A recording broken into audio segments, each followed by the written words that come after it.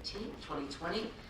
We are meeting at the Jess Unroot Building, 915 Capitol Mall, room 587 in Sacramento.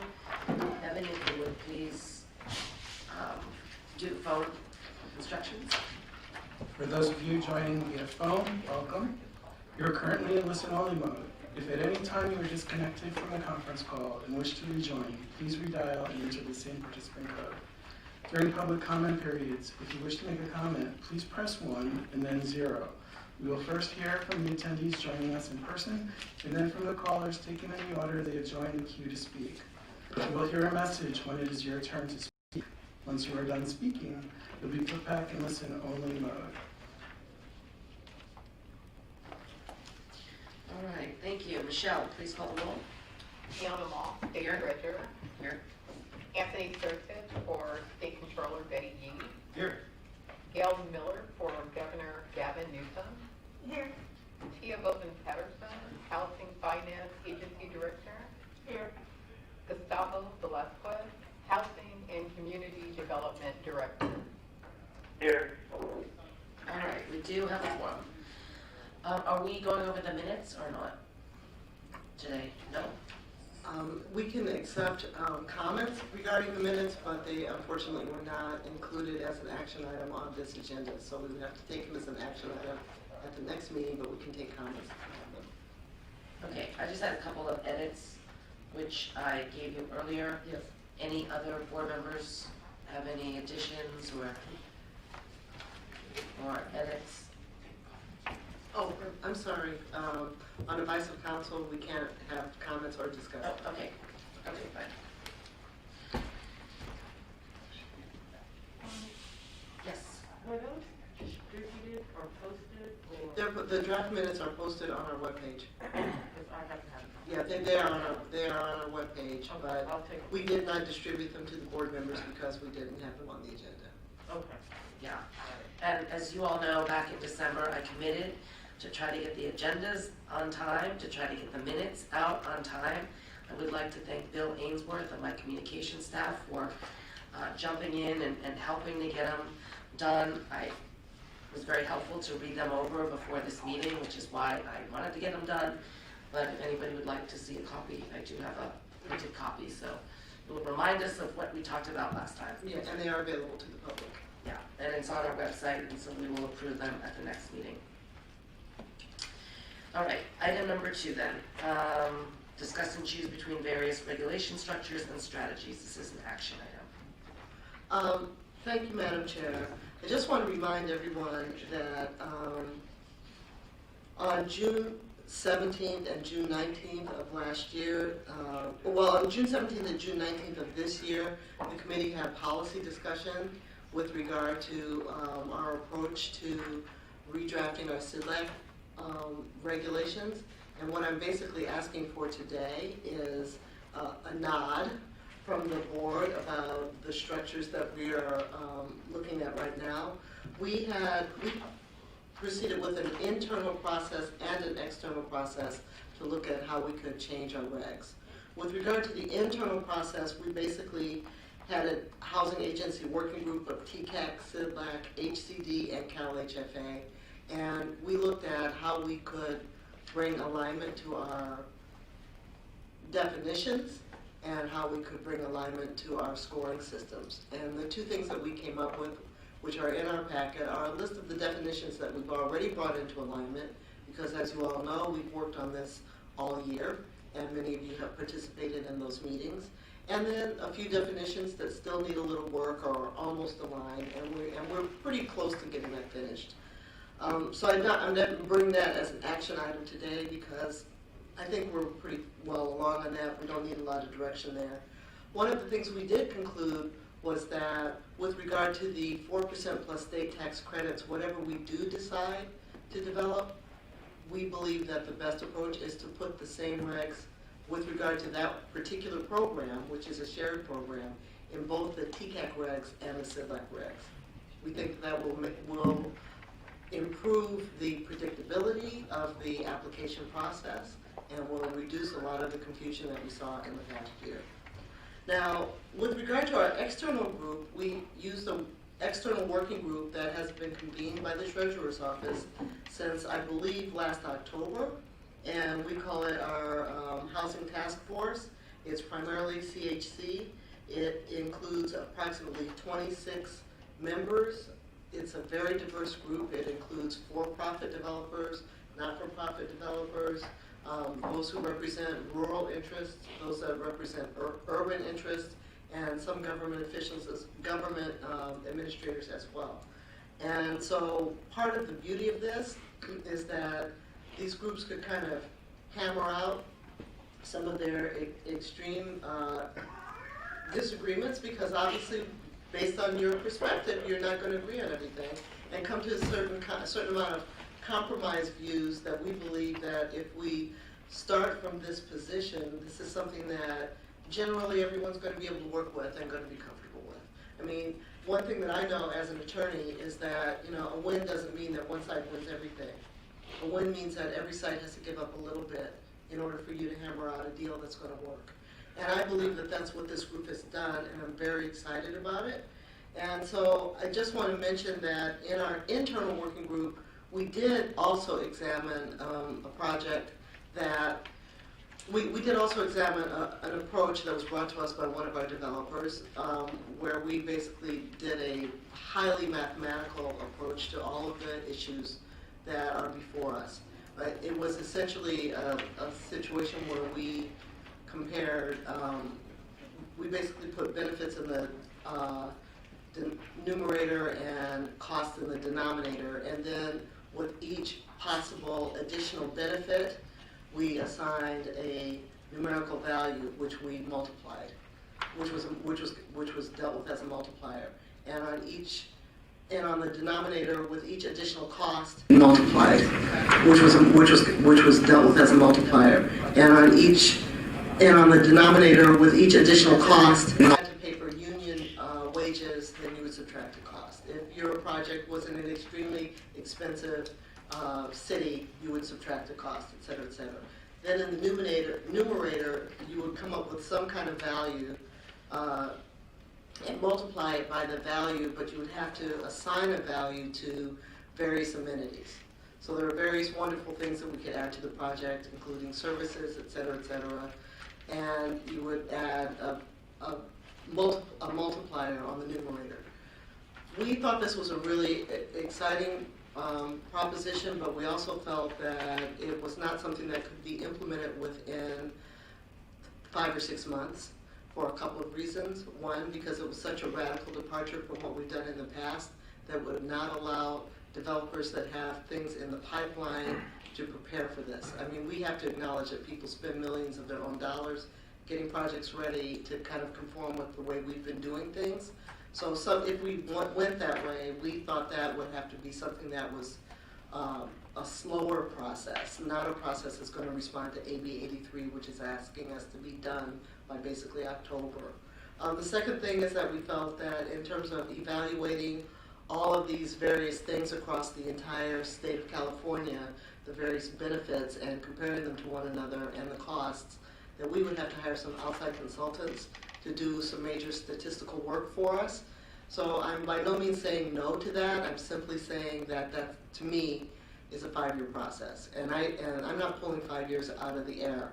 I'm saying that's a minimum, because when we embarked on the opportunity maps process, which is very similar, but only would reflect maybe one piece of this kind of proposal, that took 5 years. And that came back with basically 5 levels of divisions on the opportunities, so like a report card, A, B, C, D, F. And we're talking about a much finer set of financial variables. So I think it's a great idea. I'm just not going to recommend it for something that we're going to get done in the next 3 to 5 months. I'm not saying that we can't look at it.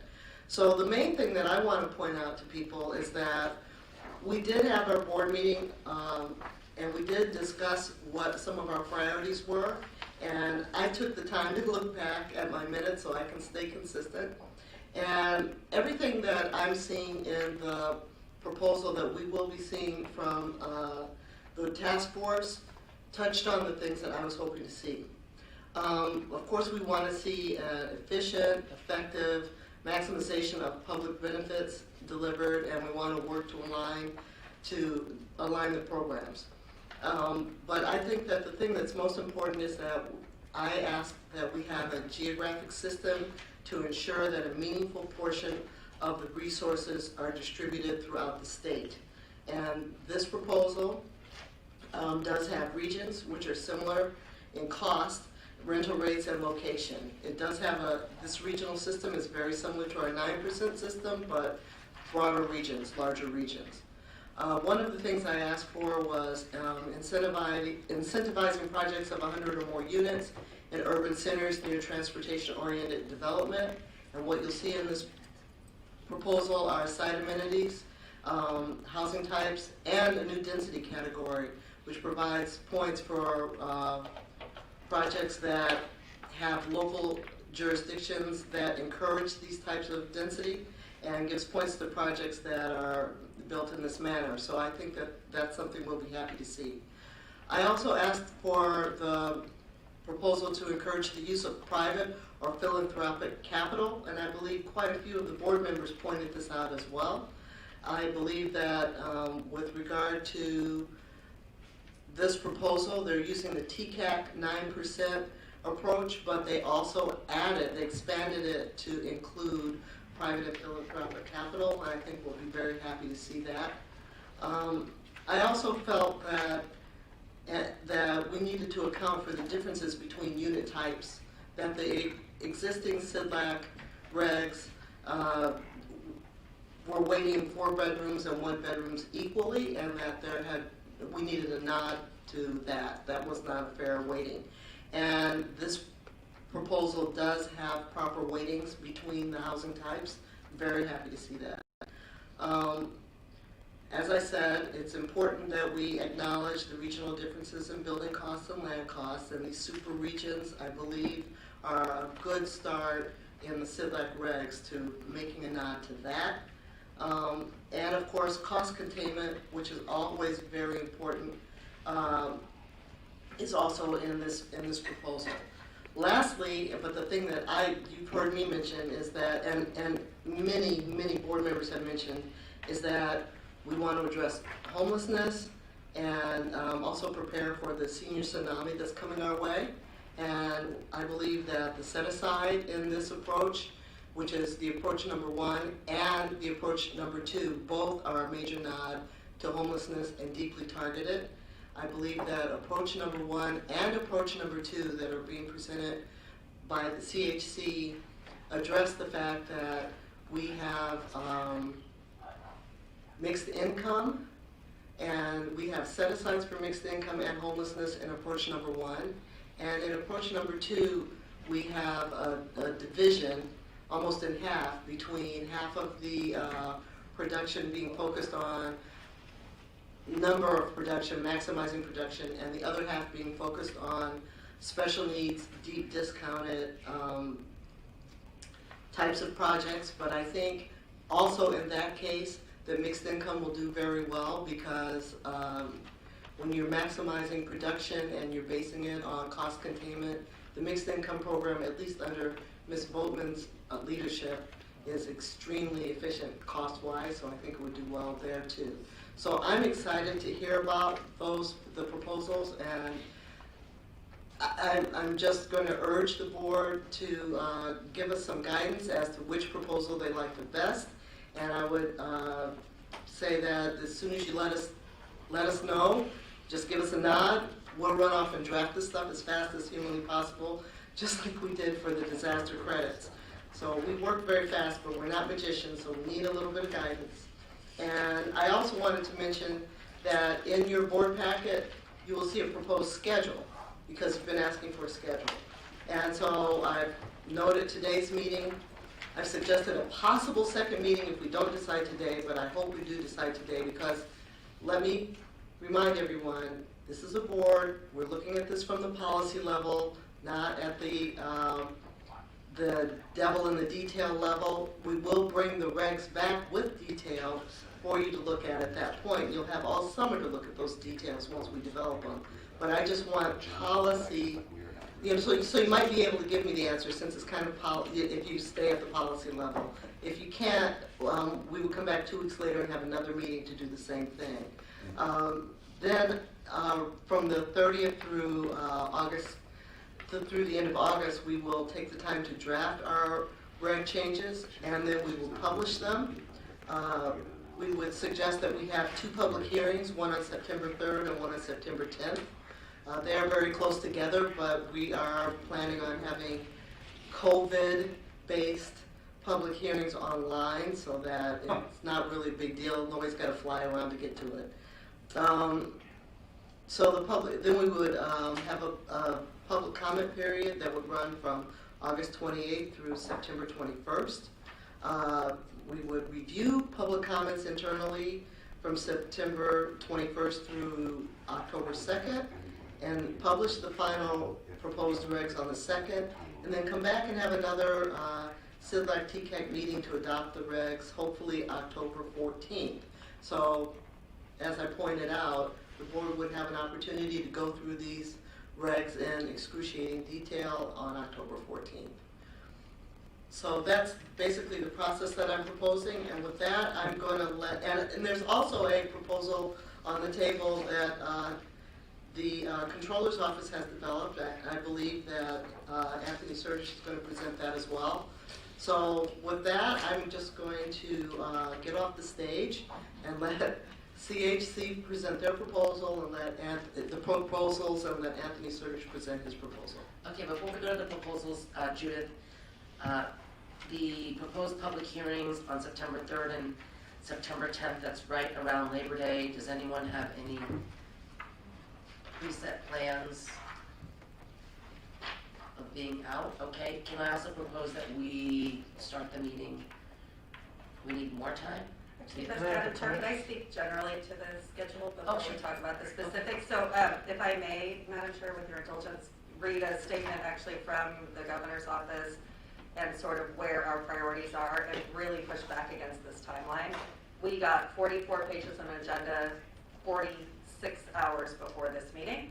And I'm sorry if I sound weird with this mess, but I'm protecting us all. So we will absolutely not be ready today. Like, we actually are here to be educated and hope to learn from all of you, but we absolutely won't be ready to set the policy priorities because we don't know, and we haven't had the advantage of being involved in your internal working group or the external stakeholder working group, which is all developers. Like, we just have a lot to learn. We actually tried to set up some policy principles in the trailer bill, and I think that in 83, we tried to sort of set out a timeline and the need that we are driven entirely by data and metrics to engage meaningfully and produce the statutorily mandated reports. That is our highest level policy priority.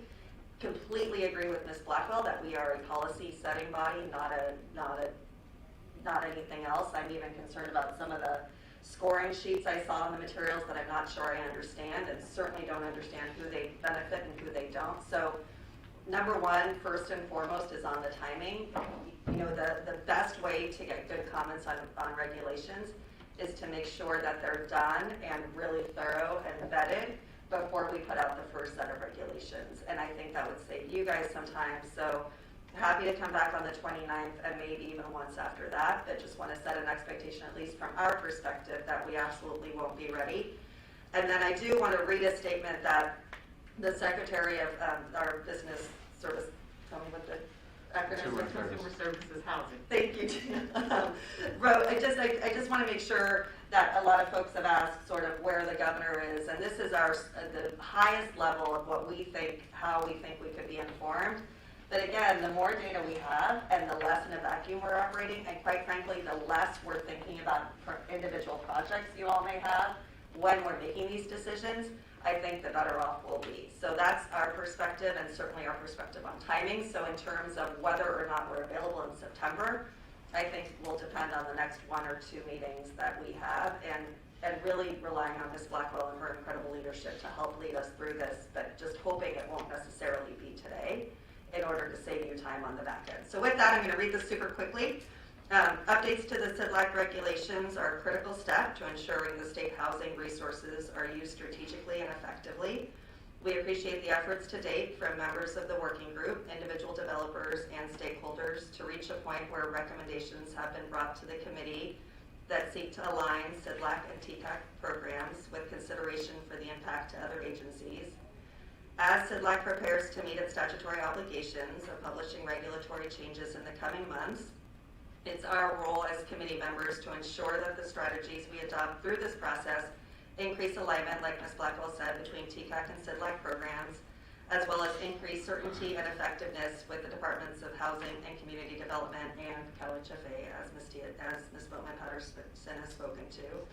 We appreciate the Treasurer's strategy of data analysis and careful discussions, both to get to the point of discussing the overall structure and TCAC-CDLAC changes, and would like to share with our fellow committee members that the administration is also going through a concerted near-term effort to methodically look at the system as a whole and ensure that feedback provided to this process from the administration, both on the framework decision and the following regulatory process, will be made with equal care and deliberation. So I'm going to just reiterate one more time that given that, all of the options today and the time in which we received them, we would like to make sure that we learn today and are educated, but definitely wait on action today. We feel really strongly about that if I haven't made that clear already. And that'll give us more time to discuss and consider options and really, I think, make the right choice in terms of regulation. Appreciate what a bind you guys are in terms of the timing that we set forward, but also appreciate some patience in making sure we can be really thoughtful. So thank you, Madam Chair, and I hope that wasn't too long, but really appreciate the opportunity to speak. No, thank you for your thoughts, and also I know Tony has been asking for a schedule, and so, here is a proposed schedule. Obviously, things can change, but if we could just talk about the October 14th meeting. So we have been trying to align as much as possible, because earlier this year we had a misalignment, and people were confused, and applications were submitted, yet they didn't know we were going to vote to change it on, I think it was the CDLAC side, and we're really trying to avoid that in this upcoming round to make sure that the decisions that we make are aligning with TCAC, so that honestly, obviously it gives greater certainty to the communities, but the success of the disaster credits, being able to make sure that we had a robust discussion, which I totally agree with. If we're not ready today, I'm fine with that as well, but once we make that decision, you can see the overwhelming enthusiasm for it, which kind of blew my mind, because I didn't think that there would be that many applicants. So the process is working, I think, but I hear you. If we need to have more meetings, like we discussed, I'm available. I don't mind having meetings, as you all know, so, but. Yeah, I would just like to, I agree that the most important thing is that we come out of this process with regulations that are fully thought out, the fully transparent process, and we work through the process. I think that the October deadline is somewhat self-imposed in the past. In the past, generally the regulations have been approved in December. Last year, we moved it forward so we could get the state credits out sooner. I don't think we necessarily have to do that this year. I think time is always of the essence. The sooner we can get these out, the better. But I don't want to rush the process and lead to issues in terms of whether it's public buy-in, whether it's getting the regs correct, whether it's being fully thought out. I think it's more important to do that correctly and then possibly have the first applications due in January or so for next year as we move through a more thoughtful process. Yeah, I just want to add that if you don't have a schedule and you don't have a deadline, you're not going to ever end. Right? We normally take applications November 15th. That's what we've been doing for this program. So I gave you a schedule for success. We can shoot for it. If we don't make it, we don't make it. But I don't think it makes sense to start talking about changing our schedule before we even look at this. No, I agree. I appreciate that. All I'm saying is that generally, I think as long as we have a little bit of time in here to make this work, if the Department of Finance and the Governor's Office especially are concerned about, making sure we go through the process in a thorough, thoughtful way. So, okay, so my other question is, if we do not make the reg changes, what does that look like on November 15th? Okay, so, staff can make these changes very easily because we were given SB 83 and told that there were a list of things that needed to be done before we took applications. They asked us to make changes that took into account the number and size of units developed, including local incentives provided to increase density. We already have things that do that in our existing 4% program and in our existing 9% program. We would simply borrow from that. The Trailer Bill 83 asked us to focus on proximity to amenities. We already have factors with regard to that in our 9% program that we can borrow from. Trailer Bill AB 83 asks us to focus on the location of the development. Once again, we have these factors in our 9% program. And delivery of housing affordable to very low and extremely low income households. We also have that. It appears in section 10325C4 and 5230C1. So if we were just not starting from this discussion that we're having, we would simply get to it, knock it out, do exactly what we did with AB 101, do exactly what we did with the disaster credits, take about 2 or 3 months, reconfigure, and be done on time. So we can get it done. But if we want to do a deeper dive, which I think has been the will of the body, this is the approach to get it done. Okay. All right, so is everyone in agreement like November 15th is the date? No, AB 101 suggests that we must absolutely be finished and the regs adopted a month before we take applications, Okay, which so is that- why we've got Okay, this. so- So our feet are being held to the fire by that legislation. Well, Madam Chair, our feet are being held by the fire by the November 15th deadline. That is a deadline this board can move.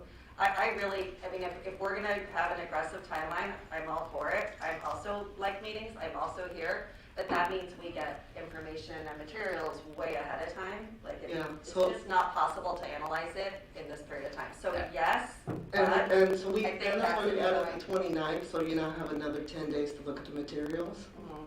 Or actually 15 days to look at the materials. No, I understand that. Yeah, because we originally only had one meeting, but we added that second meeting so that you have 15 days to look at the materials. Right. So I just want to say that AB 83 did not say anything about wrecking our schedule or ceasing or slowing down production. And I know the governor's office was very clear about producing as many units as quickly as possible, so I don't want to lose the momentum we've already developed. Well, but Ms. Blackwell, I do, speaking on behalf of the governor's office and the trailer bill, I think that what the mistake we made last year was using production ahead of process. And I think what you saw in that trailer bill was that process and data and analysis really matter. So I'm here to tell you that we definitely want the process to be right and want there to be less confusion. So happy to work towards a November 15th deadline, but want to, and I totally respect what you set out and will make myself available at every single meeting, but want to be clear that that does not come at the expense of clarity and fairness and certainty and analysis. So those are, I think, just as important, and I do think whether the application deadline is November 15th, that is absolutely our bogey, and that's what we should work towards, and I respect the chair, and if that's where you want to go, that's what we need to work towards, but we also need some shared norms to get there in terms of information sharing and who's in these meetings and respecting the process that the governor's office has as well in terms of this working group and understanding housing finance. So I think this is absolutely a challenge and a lot of work, but that is our number one goal. So I don't want to mistake the goals of AB 101 for the goals that were clearly stated in AB 83. Okay, all right, and there is possibility to have more meetings if we need to. Sure, Okay, absolutely. so that was very helpful, that discussion. Any other, Gustavo, any other questions, comments before we move on to the next item? Oh, thank you, Madam Chair. Okay, all right, so Judith, how do you want to proceed? I think let's have CHC present their PowerPoint.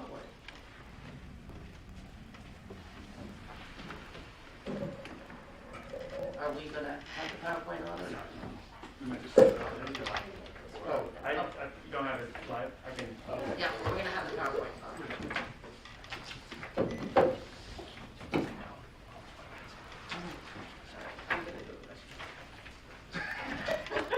There you go. The rest of you are wrong with that. That would be a very fashionable bank robbery.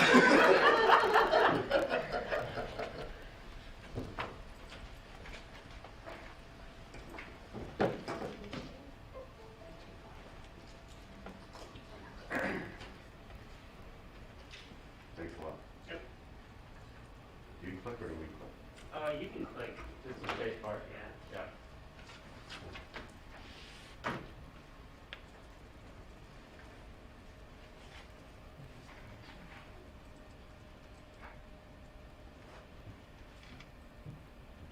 Can't tell really. He's working on it. No, but just the focus is. Oh yeah, no, it's looks like it's needs to come in. I don't know. I don't want to pull it. Yeah. It would actually back up. Or, no, listen, he's got it on it. We need the high school AV squad. We do. I don't know if it was fun though. Thanks for thinking, I appreciate that. It's like the late night comics that can't get any response. They're talking in a room full of noise.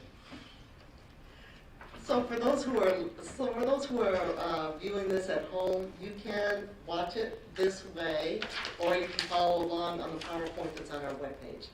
So you have a choice, it's the same PowerPoint. Easy enough.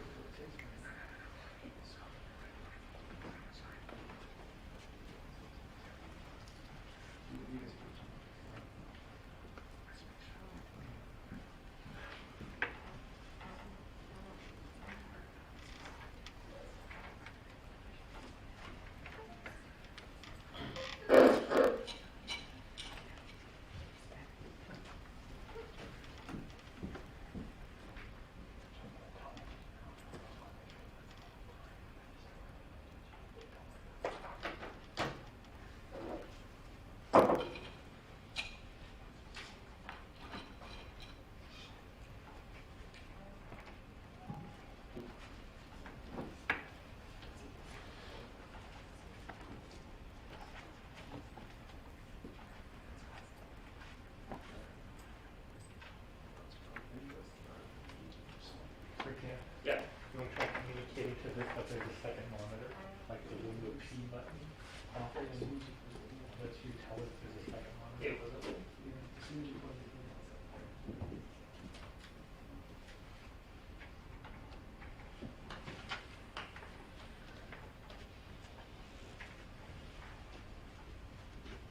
Go. Nice touch.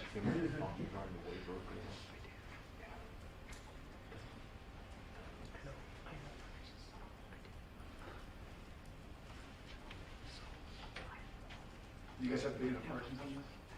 We're good. That'll be off margin a little bit. I think we go. Yeah, as an example of an off margin. No, we just wouldn't enforce it. Just do it up. No. There you go. We'll just reach. Close enough. I mean, they can follow online. I saw your email, sorry. Yeah. No. I forgot my phone. Before me. We're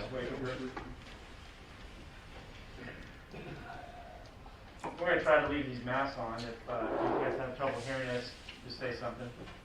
Thank you. What? I said.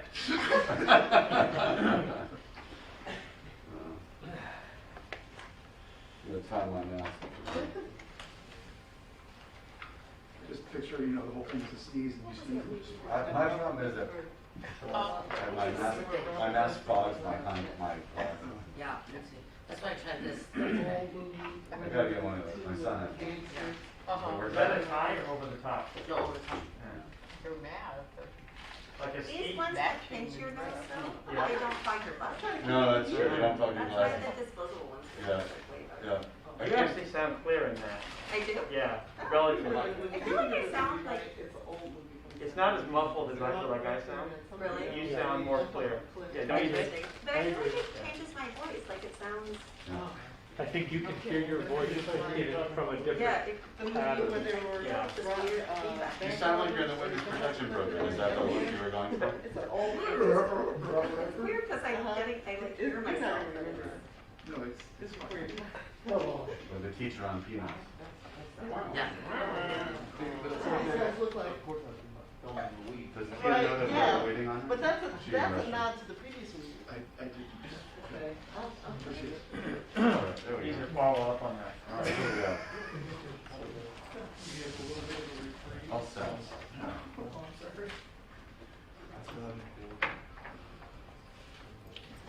All right. All right, you guys ready? Yes. Okay. My name's Caleb Roop, and I'm here with my colleague Doug Shoemaker and Mercy Housing, and we co-chair the task force, the working group that is committed to regulatory reform to help the programs improve efficiency and production and maximizing public benefit, a lot of what's in harmony with AB 83. I just want to start by saying a couple things about our working group and where we are in the process before we get into what we want to talk about today. As Ms. Blackwell mentioned, we're a very diverse group. We have a lot of different stakeholders and opinions and thoughts to deliver. And what I would tell you first and foremost is that the information in front of you, including elements in this PowerPoint, are not our complete work product. We don't have agreement on very specific items. A couple that I'll mention are just how to measure cost containment, how to measure public benefit in the context of the resources provided. There's a lot of details we still have work to do. And part of why we want to mention that too is in the context of schedule that I know you guys just talked about. And we're not here to constitute a schedule, but I can tell you that as you maybe consider what a schedule would be, we're going to definitely need some more time to kind of work through the various elements of our proposal where we don't have consensus. And it very well may be appropriate that we have some delays. Now, we embrace fully the idea of trying to get this done, but I think we're with Ms. Miller in the context of wanting to make sure we get good policy in place and actually have data to work with prior to launching on regulatory reform and specific language. So that's kind of our philosophy. Doug, you want to add anything to that from your perspective before I go on and talk about our working group and what we're up to? No, I think you said it well, Caleb. Or I guess just one last thing is that I think one of our hopes is as you start to give direction that this is an iterative process. And I think to Ms. Miller's comment, I think what the working group is looking for, and I suspect you're looking for, is an understanding of how proposed systems would actually work. So in our minds, one of the things we hope we could do this month in partnership with the staff is to really run past projects through potential scoring systems so that you can see if the system is producing the results that you really want it to and that everyone expects it to. And I know, Tony, as you've looked at this, you've tried to do the same thing. Our group has not had the benefit of a consultant to sort of do that work or run it through the staff. And so I think one of the things we hope to do this month, and I'd love to understand if the staff is able to do this, is to actually invite the staff into our working group in a more profound way, to sit with us in these meetings and sort of and help us figure out how to run the data in such a way that we answer key questions that you or the committee members might have. And I think that will go a long way towards addressing, I think, what the governor's office is requesting. I'm sure there's more data than that, but from our perspective, the most important thing is there's lots of unintended consequences. One of the benefits of what you're going to hear is it builds off of the existing system in many of the ways that Director Blackwell referenced. So there's not as many moving parts as there could be. But with that said, the moving parts really matter. As you guys know from every time we touch a tiebreaker, that alone takes a lot of time. And so we want to be cognizant of what those would be, and so that you have the information to understand it too. So thank you, and I would just say that in the context of the work we've done over now about 6 months and probably about, I don't know, 30 hours, Doug, of meeting time and maybe, personal time that others have taken, and we have many members of our working group contributing, volunteering their time to do this. We've spent a lot of time, so what you have in front of you is our progress, right? Think of it as our progress, and this PowerPoint will go over, we'll specify that, but there is, 80-85% of our material we have reached consensus on. We do have a lot of good things to talk about and to move forward, and that can be worked on now. And part of why that is that we've adopted some of the policies and principles and practices and methodology that the affordable housing stakeholder community already understands and knows and works with. So that you'll find that emerging. So in any event, let's get started. I think that, for starters, I just want to speak real quickly about our working group. Ms. Blackwell mentioned it, but I do want to specify that our intentions are to continue to work on other policy frameworks within the affordable housing finance delivery system so that we can really move toward, I think, Mr. Controller, you're looking at, Being promoted. being promoted now, so. But the idea of just working in a way to really refine and streamline and align the systems so that we have better results overall. And then so if you're going to HCD for a project approval, you don't have to worry about how in the world are we going to get funded the rest of the way through. So just a couple ideas like that. But I'm going to go ahead and let's just move on, Doug, and let's move into principles and go from there. Okay, so first, I'm going to go through these relatively quickly, but the first one is sort of maybe important, which is, I think, in years past, obviously, CDLAC has not had a lot of competitive years. And so this year was a real struggle because the system wasn't set up to deal with what we ended up with. What I think people are really interested in, and this came up in the context of the mixed income program and as well as the HCD program, is the desire to see the bond program be a relatively neutral backbone program and not a totally different scoring system that exists in the other state programs. We're not looking to totally flip what HCD decision-making looks like, or for that matter, Cal HFA, and local government. So we're looking to have it be a relatively neutral backbone. As you discussed, we're trying to find a balance between mission impact and maximum financial efficiency. We think there's a place where that happens. We have taken the time to go through and reduce or eliminate requirements or incentives that we believe inflate costs without clear benefit. And so some of those you'll hear about. Then I think we've heard very strongly from you as well as the trailer bill on delivering, and the working group felt strongly about this, that a lot of bond cap needs to go to extremely low and very low income. We can't just sort of hover at the top when we are in competitive years. You took the step last year, and I think it's been very well received by the working group, maybe not everyone in the world, that the priority housing types, particularly new construction, should receive most of the bond cap in competitive years. Now, there's a balancing act there, as the treasurer has noted, that we still have to do some preservation. We still have to acknowledge that there are valid projects that are not perfectly within those, but the vast majority of the bond cap needs to follow that process, is what the working group thinks. There's already been a reference to the geographic distribution. One of the things we're still working on is to what extent the 9% program that shows that geographic distribution is properly adjusted for cost based on regions, and that's more important in the tax-exempt bond program than it is on the credit side, because you're capped by the size of your project in a different way than you are on the credits. And then last but not least, I think the group recognizes that the state has adopted some very clear goals on location efficiency and reducing carbon emissions, and we don't want, in our interest in reducing some of the extra costs, we still maintained the emphasis on, transit-oriented development, proximity to jobs, et cetera. So I think that's still in there, and we're not interested in a retreat on those topics. When we designed the system, I mentioned already, but there are many elements with the 9% program that are very familiar and very usable by the stakeholder community. There's some controversial elements, so what we've tried to do is borrow those that are very successful, like housing types. You don't really hear much argument about housing types very often, although we have a specific proposal to amend and add one. As an example, you don't hear a lot about experience of the general partners and management companies. These are things that everybody's pretty used to and supports. So we want to borrow those elements. We want to look at the super region concept. We've already mentioned that, aligning those regions so that cost and incomes and other elements are the same, or similar rather. And then really, where possible, we want to align the scoring criteria, okay? So a good example right now is site amenities under CDLAC means one thing, and it means different under TCAC. What a service amenity is for CDLAC is different than TCAC. And so I know, Ms. Blackwell, you're already on this effort to align definitions, but we're going to continue focusing on that, including even elements such as, you know, is there any relevance to what's a large family project? Right now that's in CDLAC, it's got a different meaning in the TCAC system. So things like that are good examples. We also think it's important to allow for flexibility within the system so that when policies and priorities change, you guys are able to pivot relatively quickly by going, instead of 20% this year, it's going to be 30%, right? Just some simple things at a policy level you guys can decide in January every year of what you want to do, and the policies can really implement it for the year.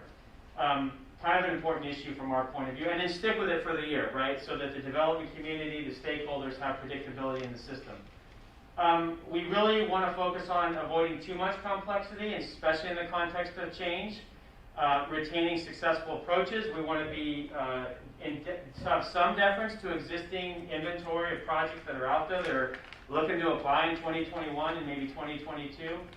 And then, you know, I think finally we want to deal with cost efficiencies because we know that's part of the AB 83 mandates, but we want to do it in a way that allows San Francisco to be looked at in context of Fresno, and that there's not a vast difference, so that if they're in a set-aside or they're not competing geographically, there's not something that just always gives Fresno the win, as an example.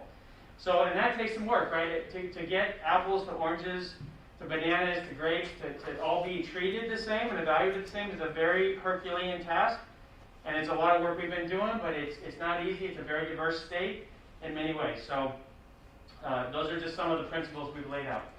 So, you know, just again, I will go through this fast because I think you've already stated this, but, you know, just we want to acknowledge that the working group is working from the goals and purposes that you and others have set forth on production, cost, measuring state investment in terms of benefit, clearly understanding stakeholder and program user input, and we understand that that's not just developers or government, that's everybody, including, you know, the future residents of this. We've got some need to modernize an outdated system that you're aware of. And we need to account for, you know, the likelihood that we're going to have competitive environments for several years unless Congress moves ahead and changes some laws or expands tax-exempt bond authority, which we certainly hope they will do. And we are interested, obviously, in complying with the AB 83 legislative mandates. Part of it, you know, aligning the programs, as the director mentioned, trying to sort of create consistency between scoring categories and criteria when appropriate. New cost containment and incentive scoring that we want to make sure we're incentivizing the right things. And then I think, you know, the detail in AB 83 is in this section, but what we try to do in this section is really just kind of bring out and highlight the elements of the scoring proposal that you have, you know, in front of you to be considered for both now and for the future. So starting to support high density is a really key element. The AB 83 addresses that, it focuses on that. So how do we encourage that? One, by creating a new high density housing type. Two, by having a provision to encourage local government to approve projects at a higher density than the general plan specifies. Measuring state investment by adjusting the unit types by bedrooms so that a 1-bedroom and a 4-bedroom are treated in a similar way versus a vastly different way under current systems. Maintaining an emphasis on job centers, that's something that the AB 83 calls out specifically in addition to transit, which is already part of the program, as Ms. Blackwell's mentioned, but how do we create some incentives to build near job centers? And then also I think part of that, as we'll get into it, is that right now the site amenities kind of pigeonhole in a certain number of properties that work, and part of what we're trying to do to help maybe reduce land costs that are part of a project and make more sites available is to modify those amenity categories in that way. We've already covered location of development in super regions, and then of course the priorities for extremely low and very low, and then homeless and deep targeting are all elements of what we are going to ultimately be working on to deliver a final product. And then finally, I think we've heard from this committee, and I think that the AB 83 it specifies this is that you shall evaluate total state subsidy provided. And now the question, I think everybody can agree, that sounds like a good idea, let's do that. Well, the devil is in those details for sure.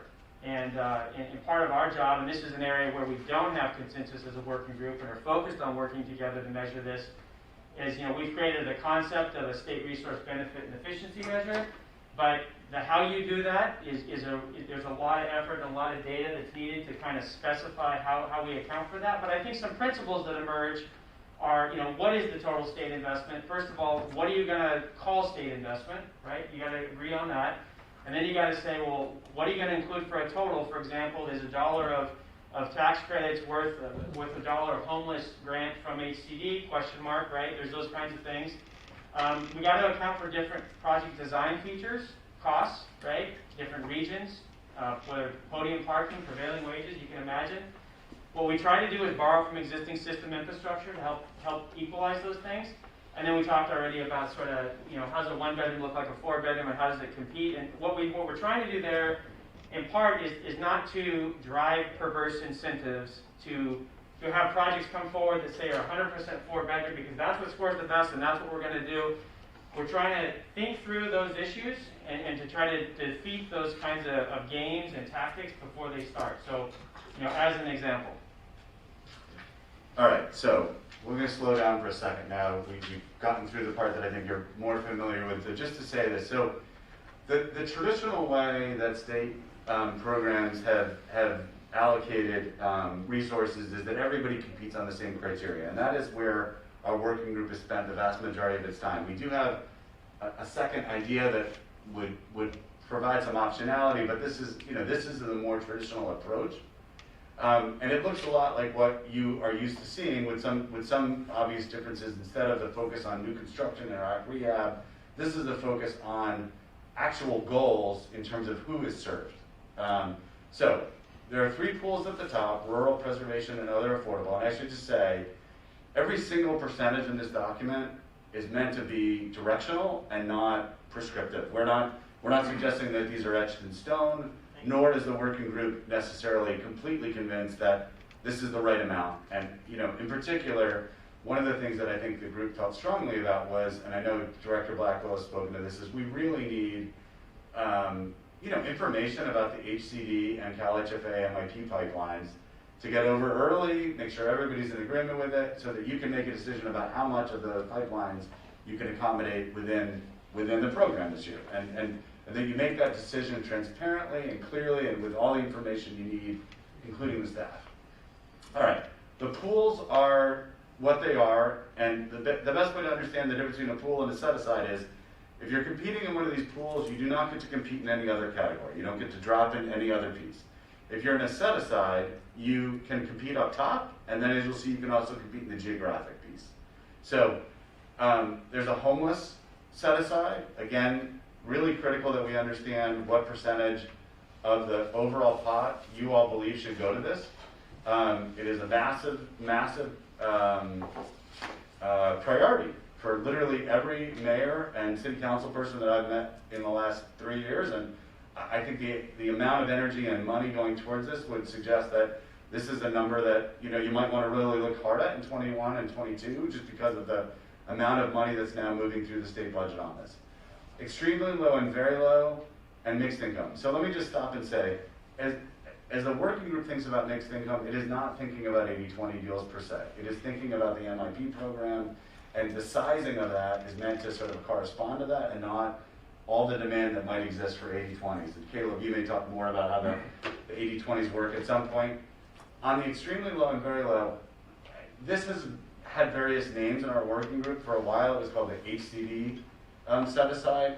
And so one of the things that I think is critical, and one of the hardest things to figure out for us, and I know that staff would like guidance on this as well, is, you know, it has long been a holy grail, and hopefully not an unachievable one, to create much greater alignment and efficiency in the state housing finance system.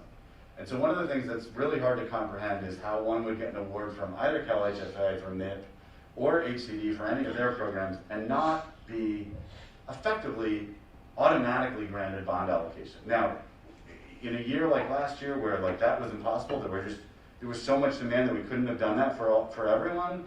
We understand that it has to be rationed in a way that you're making a decision around. And I think we heard really clearly from Tony last time that you don't want to ignore investment from local government in that process. But what we would really love, and I think get some guidance on, is how to acknowledge or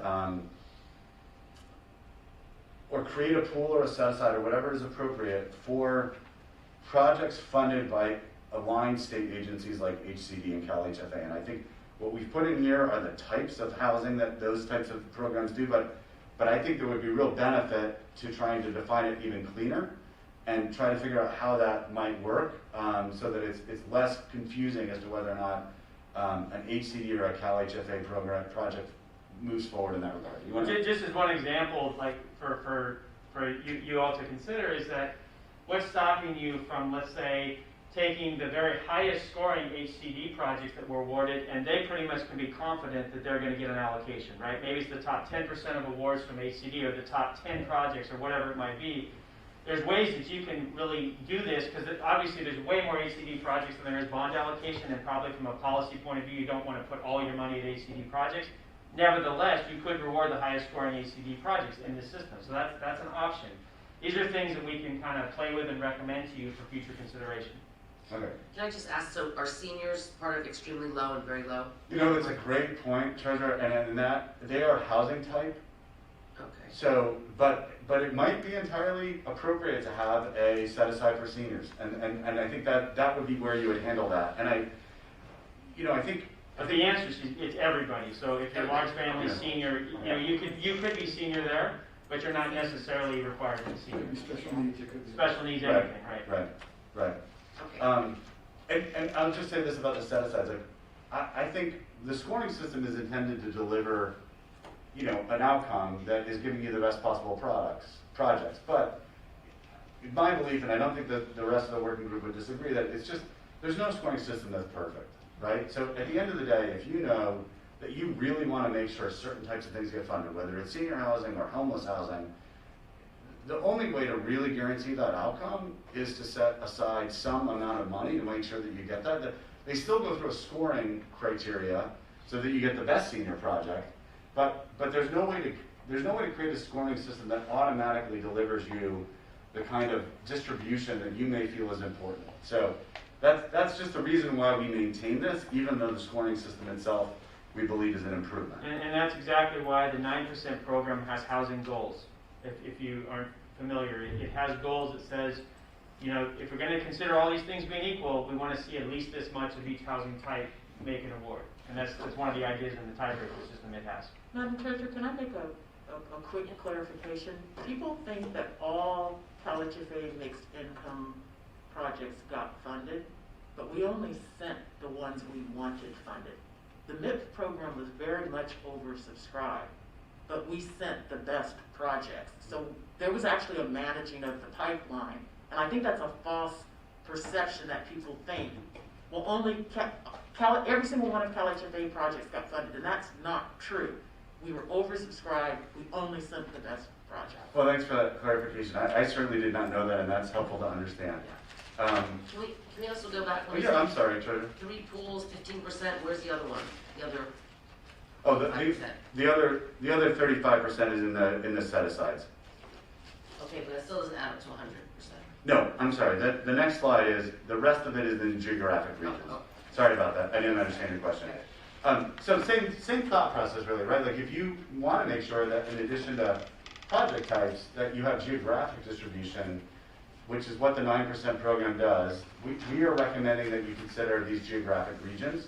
And because bonds are so big relative to credits, in terms of the amount of dollars and to avoid sort of having incredible complexity, we're recommending combining some of the 9% regions relative to this. And so what we have not shown you are the percentages that should be allocated to each region.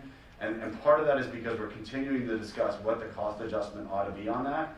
But the idea being, these are slightly different than what you see in the 9% program, but they're largely staying, you know, we're keeping your 9% regions, but just combining them in different ways. That make sense? And so the idea would be, as you go through this, and Caleb's going to talk more about the scoring, you would first go through the pools and the set-asides, and then you drop down into these larger regions.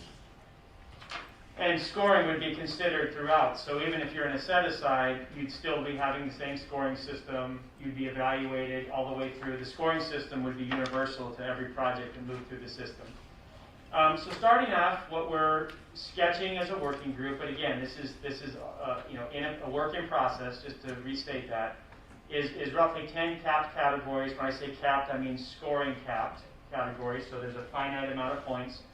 And then one uncapped scoring category, again, which is under much review and much consideration. But to start off, leverage soft resources, that's a term straight from the 9% definition.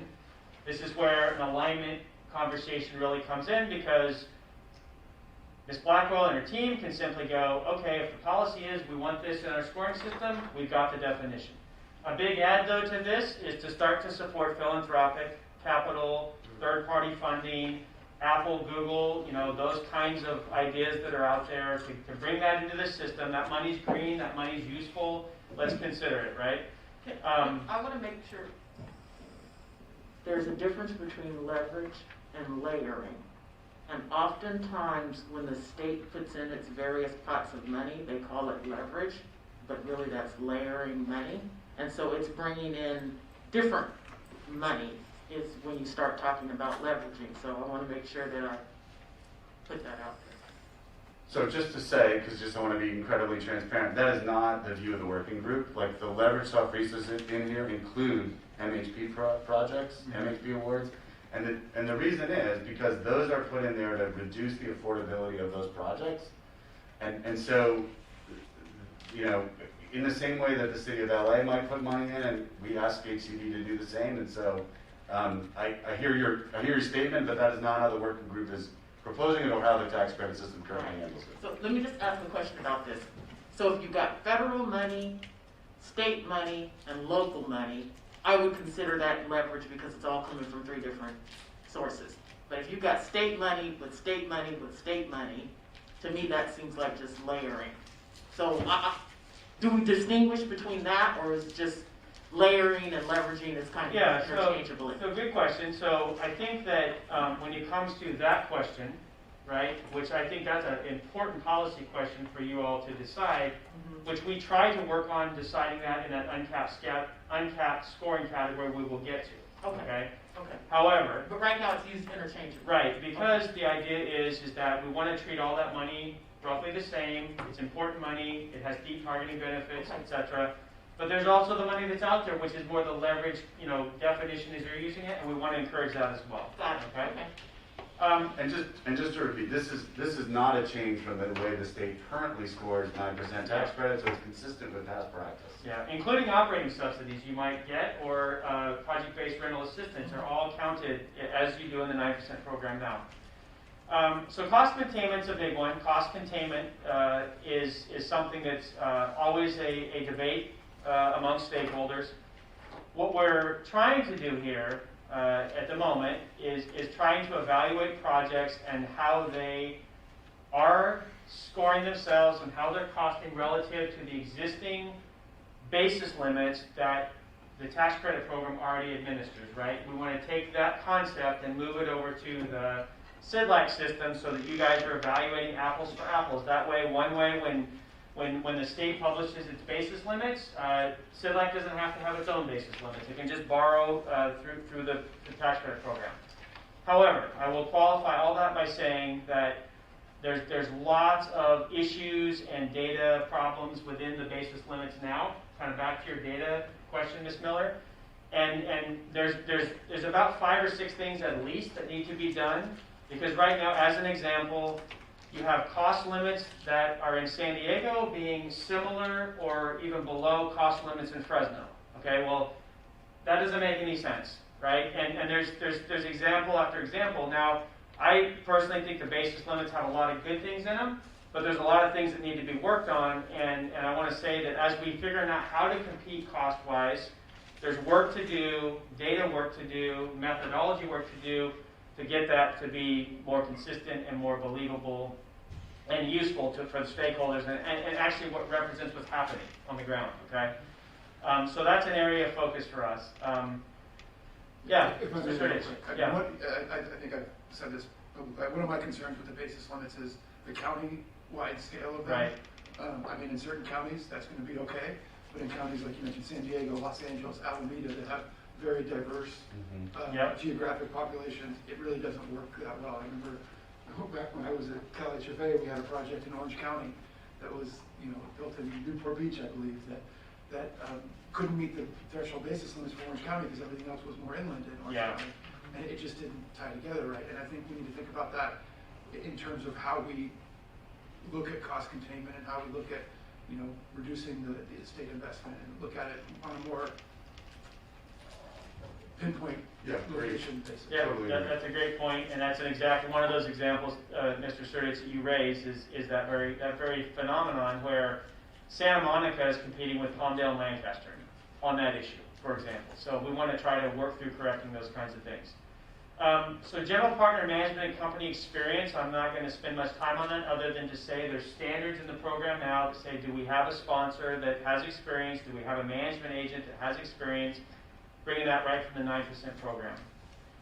We talked about site amenities. We have a lot of background details on this. We're not going to go into them right now, but it's just to say that in addition to bringing this clear, similar definition into the CDLAC program, we also have recommendations to change the specifics in both programs to make more sites available, to reward transit more appropriately, and then also to add a category which doesn't exist today, which is job centers, and that's straight from AB 83.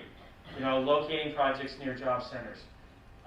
Service amenities, right now there's competing definitions. We're looking to standardize those precisely between the two programs. I don't think there's, there may be more work to do on that, but not detailed work, I think, like the other categories. Housing types, just to bring some familiarity, the 9% program works with, let's fund so much for large family, let's fund so much for senior, let's fund so much for at-risk, for special needs. That has a methodology like that. We're looking at introducing that here into the CDLAC program and sort of rewarding those housing types with a scoring category.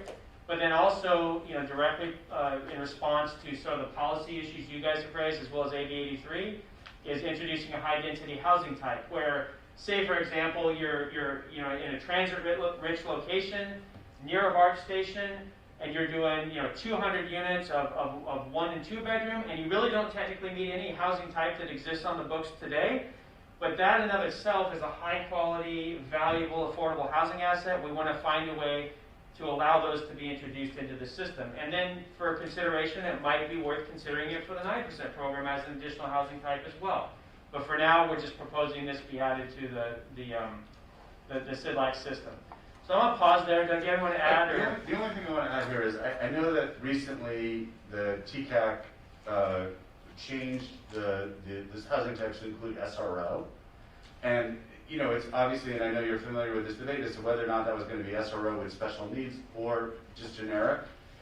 So to the extent that you move forward with a high density housing type, I think it would be helpful for you guys to have a discussion about whether you added, the TCAC committee, I guess, whether you added SRO to incentivize high density or whether you wanted it to address issues around homelessness. Because if it's really one or the other, it probably begs the question of whether it's its own category or whether it's combined with something else.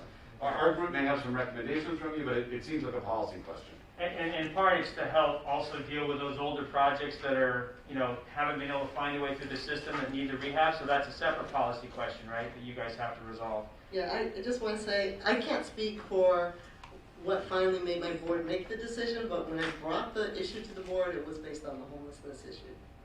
Okay. Okay, well that's helpful. Then we'll work backwards from there. Okay. Okay, so moving through, just a few more to go. So deeper income targeting, what we've tried to do here, this is different than the 9% system for sure, is we're trying to reward two really paths within this. So one would be full points for 50% average affordability. So your project averages 50% AMI, that would be one path. And within that average affordability, you're already targeting very low income. You're probably targeting extremely low income to meet 50% average affordability. So that addresses right at the heart of AB 83, right? Right on point. Then the second path you can take in this category is to go ahead and average higher to 60% average affordability, like the mixed income program might currently encourage, or even projects that aren't in those programs. But as part of it, do 10% of your units at 30% extremely low and 10% at very low. To, again, be in concert with AB 83. Right. So can I ask, Yep. is there any thought to allowing flexibility? So instead of 10 at 30 and 10 at 50, you can do that, or 20 at 50? Yeah, there's actually, as you go into further details, there'll be ways to, we're kind of staying upper level right now. Okay.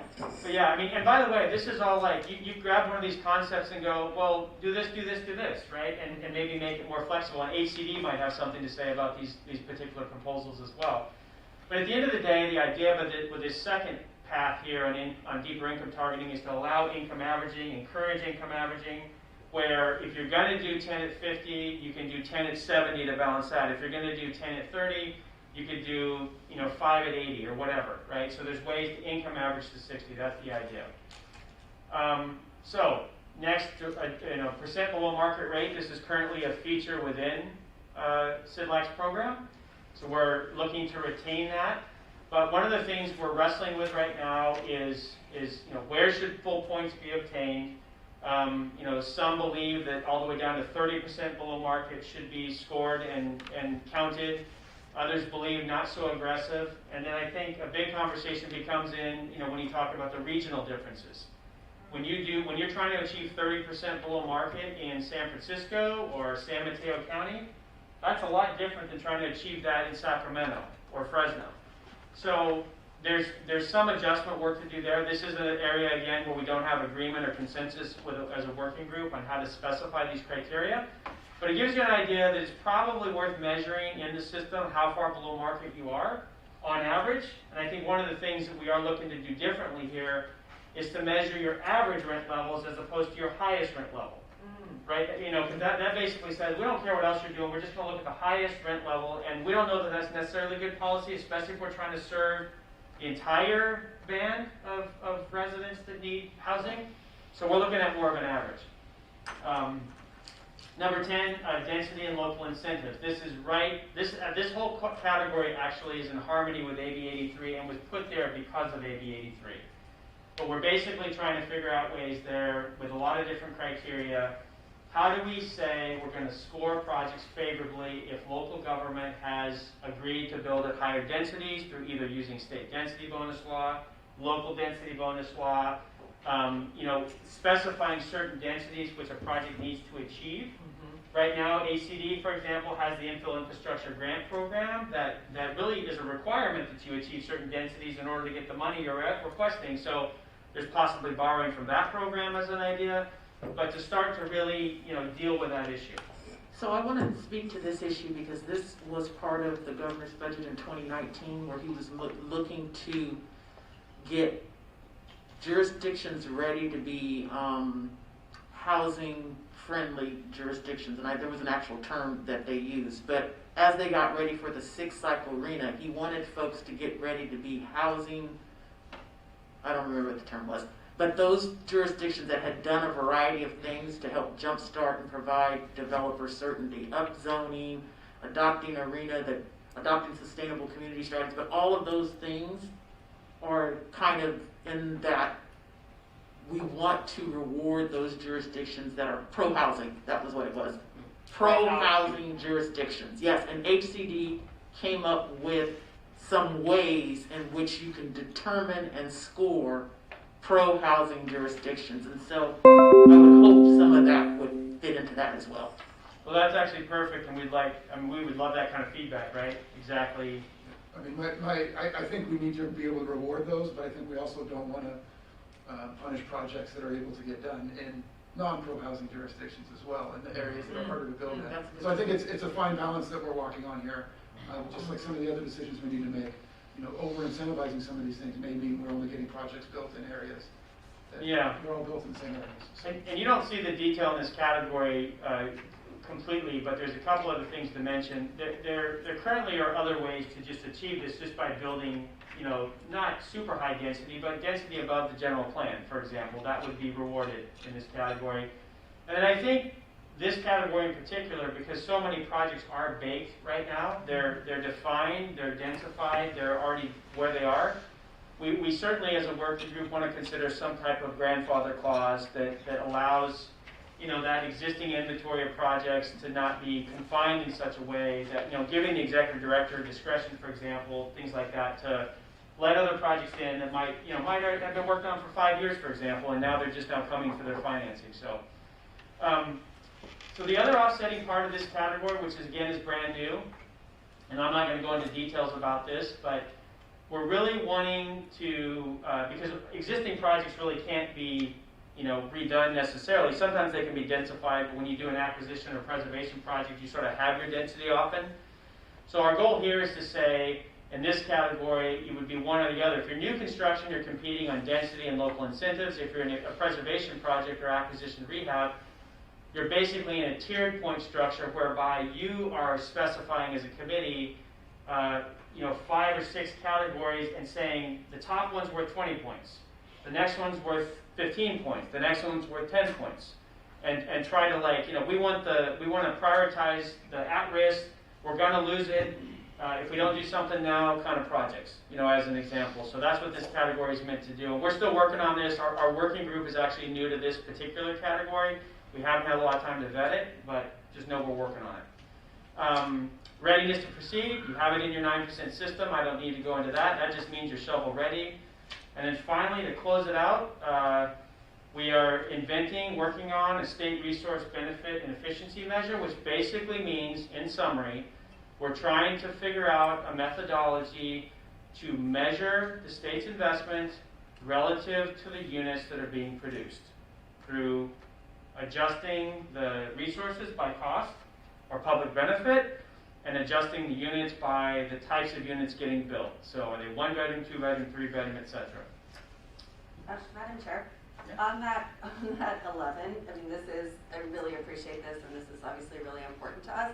I'm just wondering if, between HCD and CalHFA, you have so much knowledge and data, like what information do you guys need, or do you need, Ms. Blackwell, more importantly, to really see if we can sort of hone in on this measurement? Do you think there's anything that would be helpful? Well, you know, and you don't need to answer that today. I'm just wondering if you have thoughts. I mean, I don't think there's data that's needed to give me policy direction that this is something we want to look at. Okay. You know.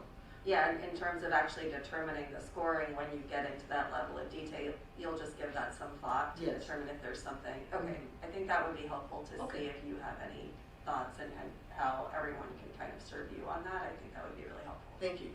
I appreciate, this is Gustavo, I appreciate Gail mentioning that because, you know, when you're entering a policy discussion, I'm probably going to say something very fundamental, but when you're entering a policy discussion, you know, what I see here is the kind of the end approach, right, which is you heard the expression, everything in the kitchen sink. So everything that we could possibly consider as priority is here. And so so that kind of is driven by, you know, principles and values, but where data comes in is where we, as a matter of a policy discussion, we are beginning to focus our priorities more and better. And that's where, you know, I don't want, I'm you know, just an observation, right? That right now the approach is and not or, you know, I'm not disputing the end approach, but it's just an observation that without data, you are going to continue just putting everything on the list, and you're not going to have that more policy discussion about where to concentrate our efforts. And, Director Velasquez, I think it would be really helpful to the extent that you have, I know we've talked a little bit about indices and other types of measures that you have that sort of aggregate this information to help us understand where benefit is being created. So to the extent that you or the department has information like that, I mean, we would welcome it. We're trying to figure out, how to measure things that are sometimes hard to measure. So I think, when people have already done the work and have indices or other types of things, we would really benefit from your staff helping us understand what you might have in mind, or you. With that said, we did do an analysis of all of our earned surplus new construction and analysis of all of our MIP. And we have that analysis, and I actually had staff bring it to share with the board and the working group so that you can. That'd be Now, great. and I don't know if it's necessarily, but it shows you total development costs, total subsidy, rental subsidy, AMIs, high resource, non-high resource. It tells you kind of how over the last 7 years we've funded our new construction projects. So I'm happy to That'd be share great. that with all We'd of you appreciate guys, because that. that might be a starting point to getting to some of this information. Right, thanks. So maybe I'll just, before we move on, just to say this, which is where the working group is right now is, we have talked about this thing for hours, and we keep, particularly Caleb, who describes himself as a mad scientist, have tried lots of different ways to kind of tweak this formula and try and get at benefit, cost, etc., trying to cost adjust different parts of it. This is where we really need data runs. This is, in effect, what's happening to the working group is an idea seems good, and then you try and run a project through it, and you discover that it has this outcome that you didn't expect.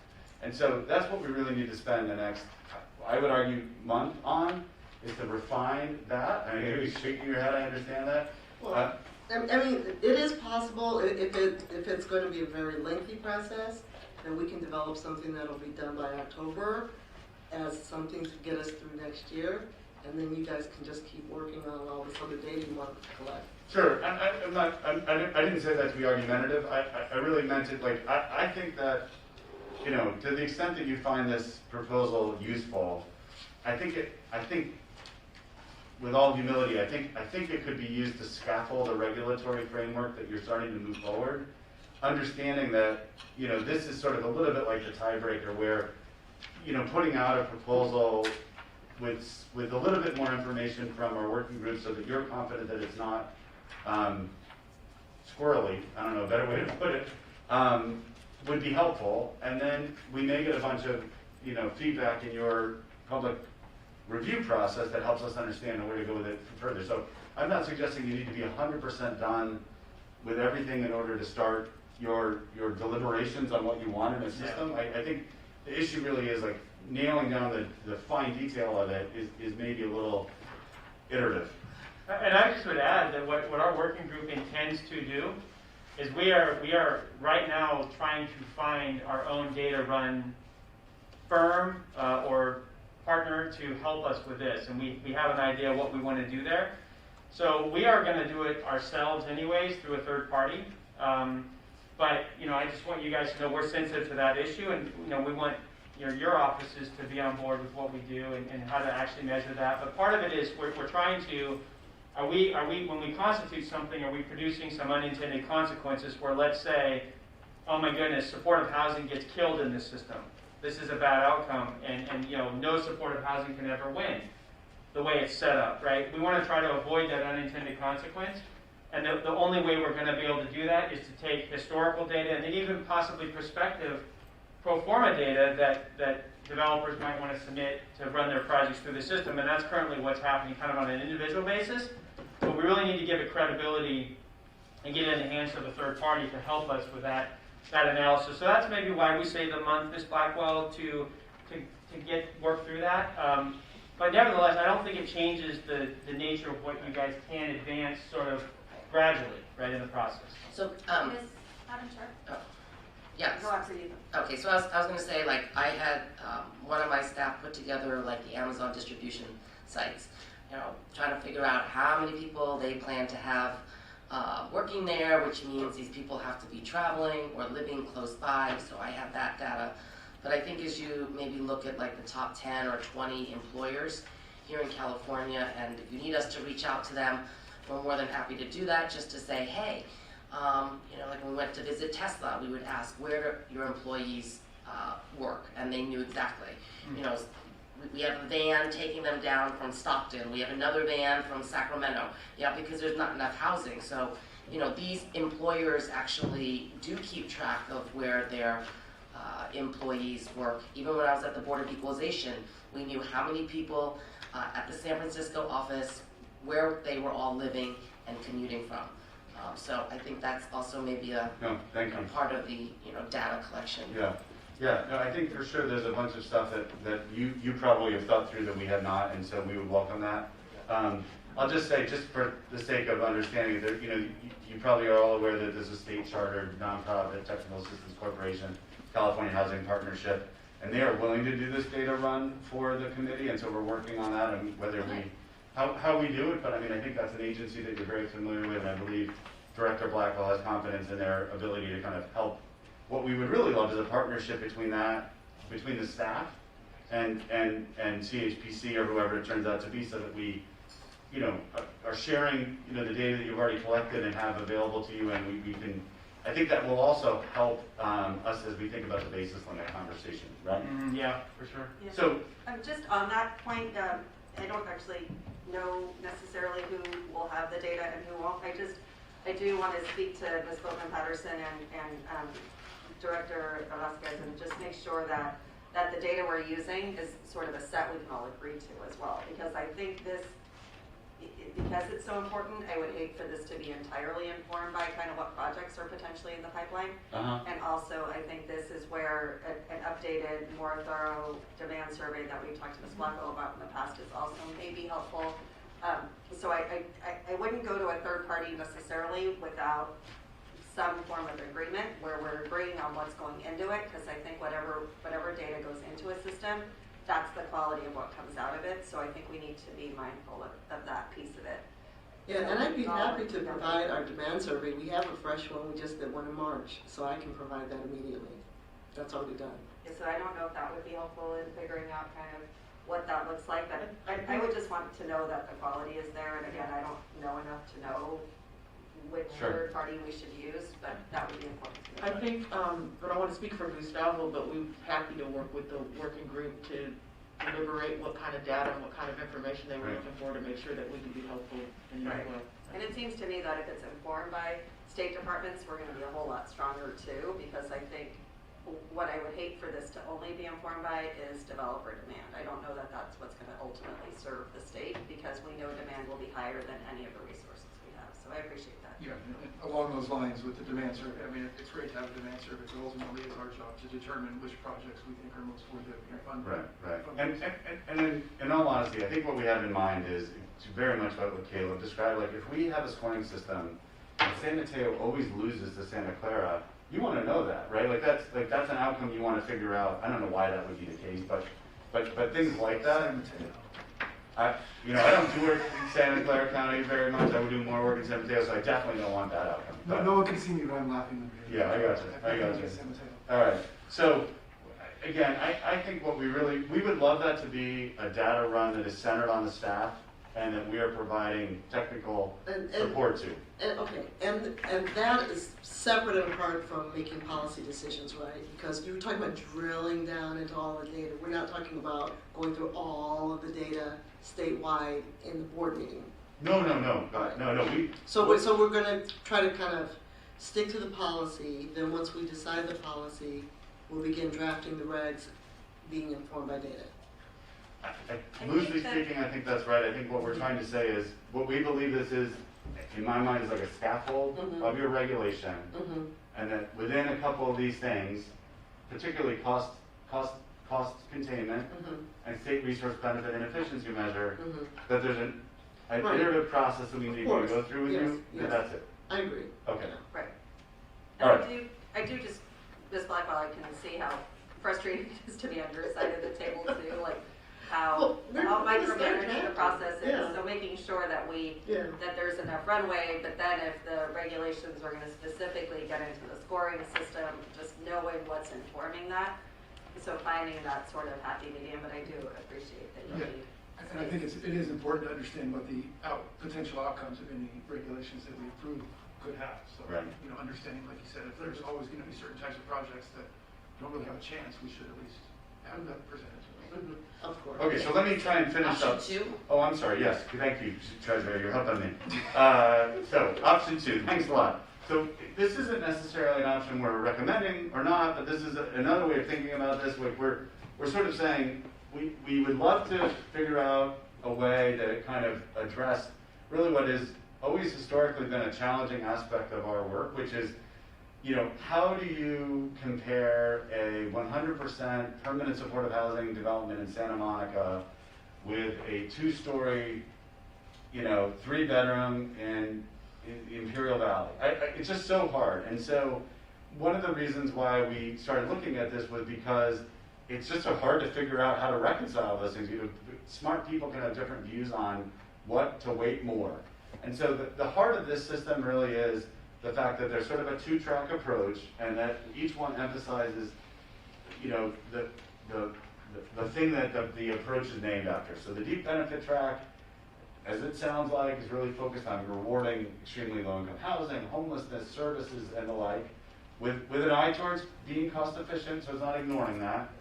And the efficiency track goes in the direction of really rewarding lower costs, but acknowledges the importance of percent below market or other elements of income. So we're not sort of saying, give us the cheapest thing regardless of any other element, but that's the concept behind it.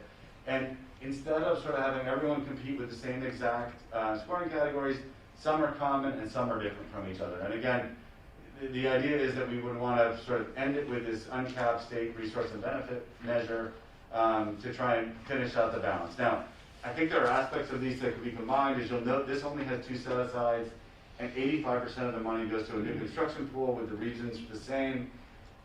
Obviously, as a board, you can play around with that and do different things with it, but the benefit of this is, in some ways, people understand what they're competing on, and there's some, simplicity to this that is worth considering.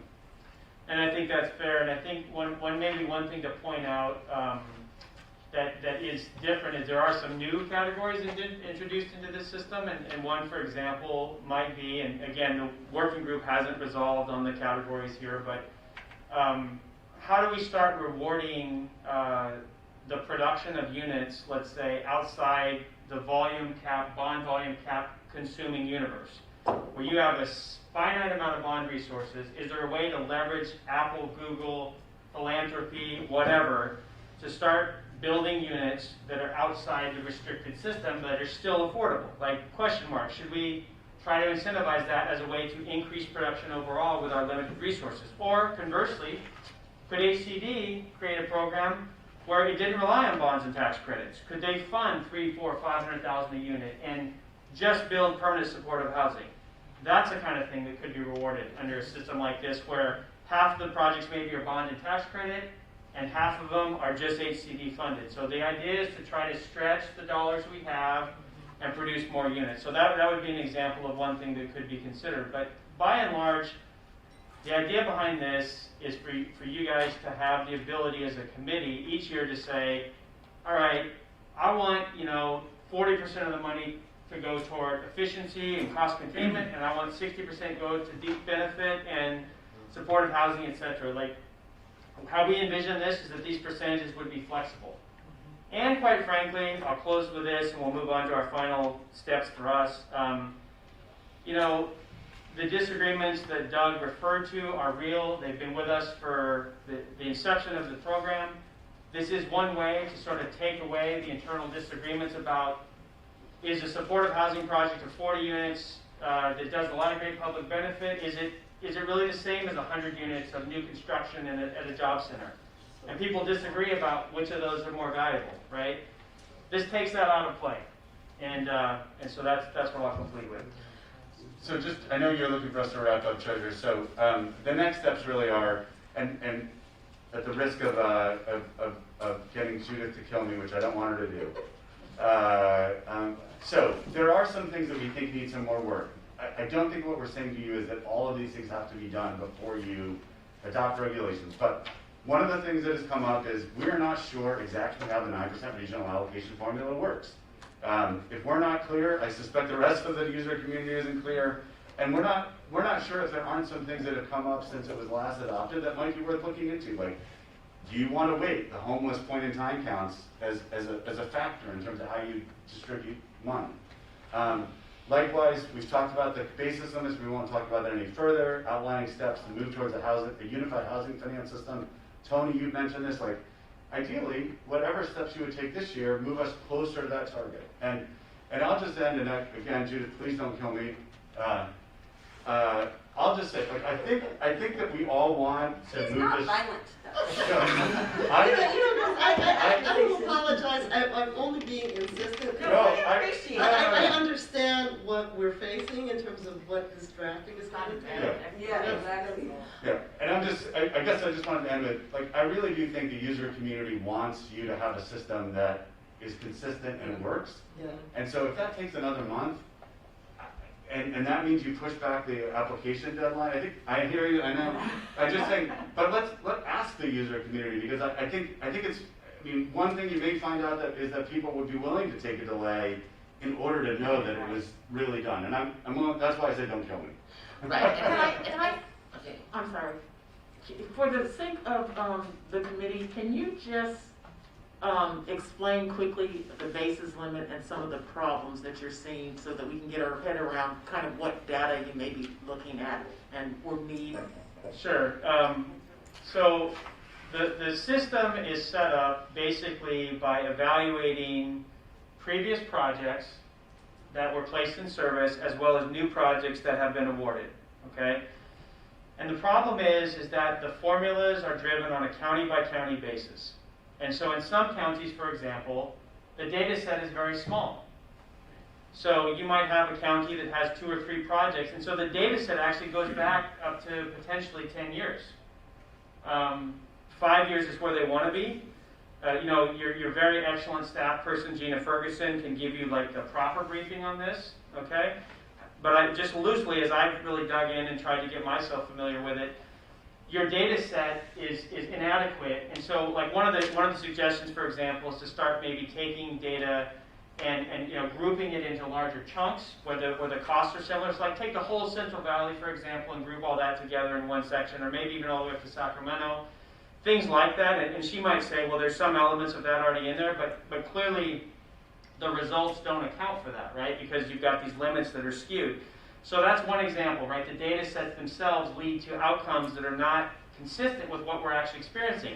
The fact that the data is 10 years old, I mean, has anyone paid attention to construction costs in the past 3 years? Right. They're going up, 5, 8, 10%. Well, those projects that are in the system aren't even awarded yet. So if you can see costs move 10% in a year, let's say, well, that's not going to be reflected in the system. So the system has been limping along with like this affordable, deeper affordability boost as an example, which has got nothing to do with the cost of a project, but developers are using that affordability boost, which can be up to 200% of the limits themselves, to sort of act as a patch.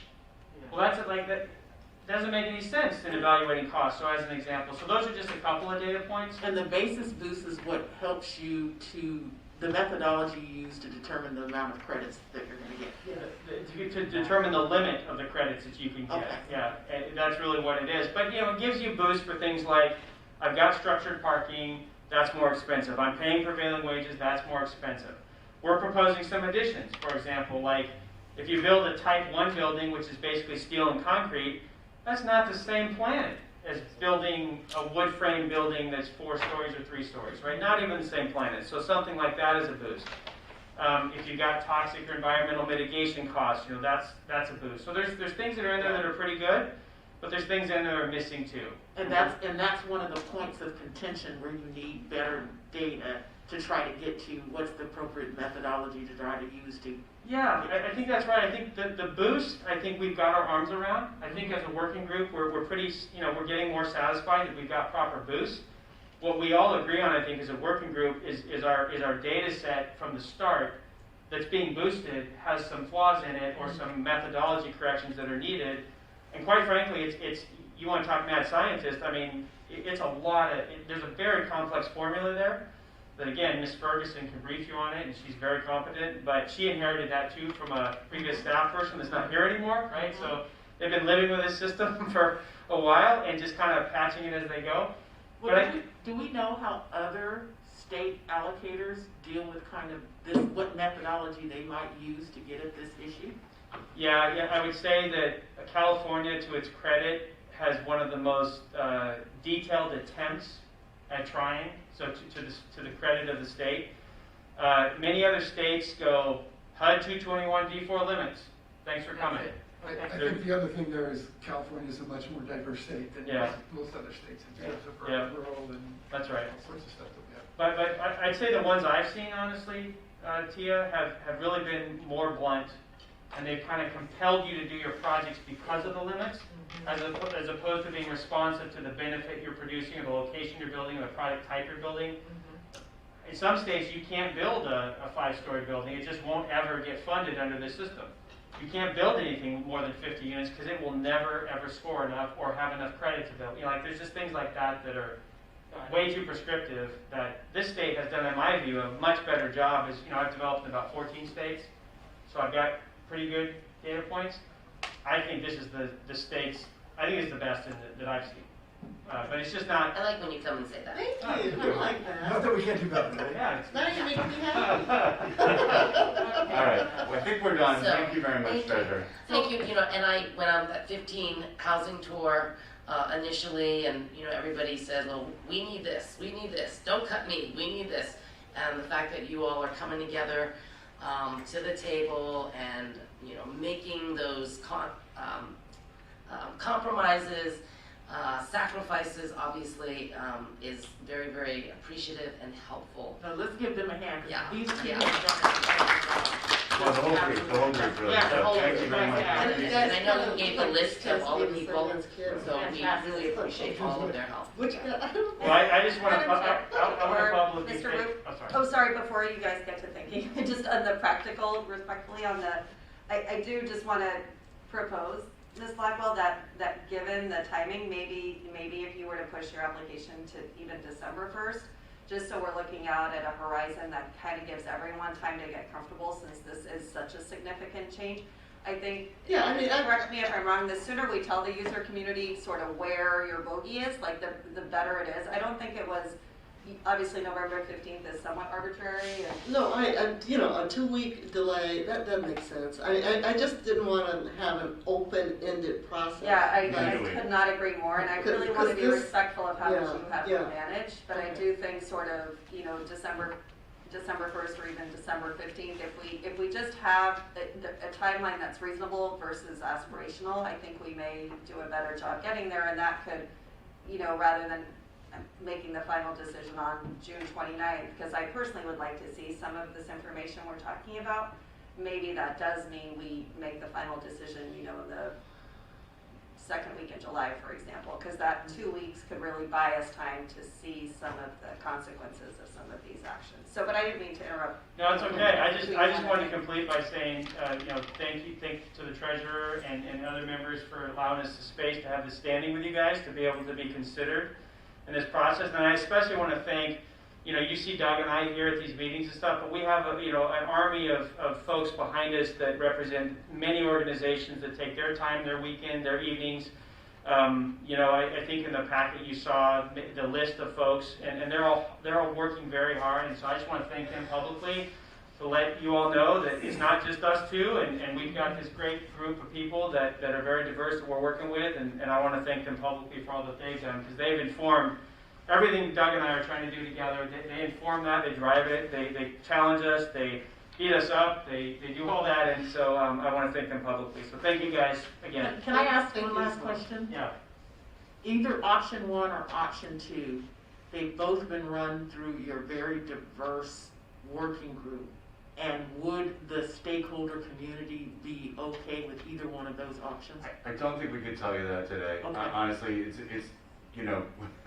that is the place where we're most confused about what we want, and because resolving a few of these other issues will change how people feel about that. Okay. But there's support for both options, and Okay. I don't think there's a hatred of either one. Okay, So- so we could live, we could live with either option with some tweaks and some more work perhaps to option one to get to those pressure I points. think that's a reasonably accurate statement. I think, but what we wanted to do was to just highlight where we were in that process. And again, I think there are some people who really would love to, I count myself among them. I think I would rather see a system that we all compete on the same criteria, and I have colleagues who I think are very smart who disagree and would rather see these two tracks. So I just don't know. But you haven't had any particular constituency that it essentially vetoes the proposals. No, I don't think so. And it splits, interestingly, some nonprofits like one, for-profits like the other. It's not, there's not an obvious benefit to one group or another, or a region or another. So, if given more time and to deal with some of these pressure points in option one, would you be able to come back and say, this is our proposal? Because right now, I think we're at a position to where you can't answer because there's a little more work that needs to be done. Is that accurate? I don't want to put words in Yeah, your and I think mouth. that's right. And I'll just say that and Caleb, jump in if you disagree. Like, I think the single track is the track that the group has spent the most time on. It's consistent with how we've done things in the past. It obviously has challenges, but that's what we're used to. Yeah, Right. yeah. That's the one people have spent more time on reviewing. But that's, Yeah. That makes It's sense, more and than if more I than could that. just put my little 10 cents in, I actually like option one and giving them the space to work through and some data to get to that issue, because they have put a lot of work into that. It is the system that most folks are used to.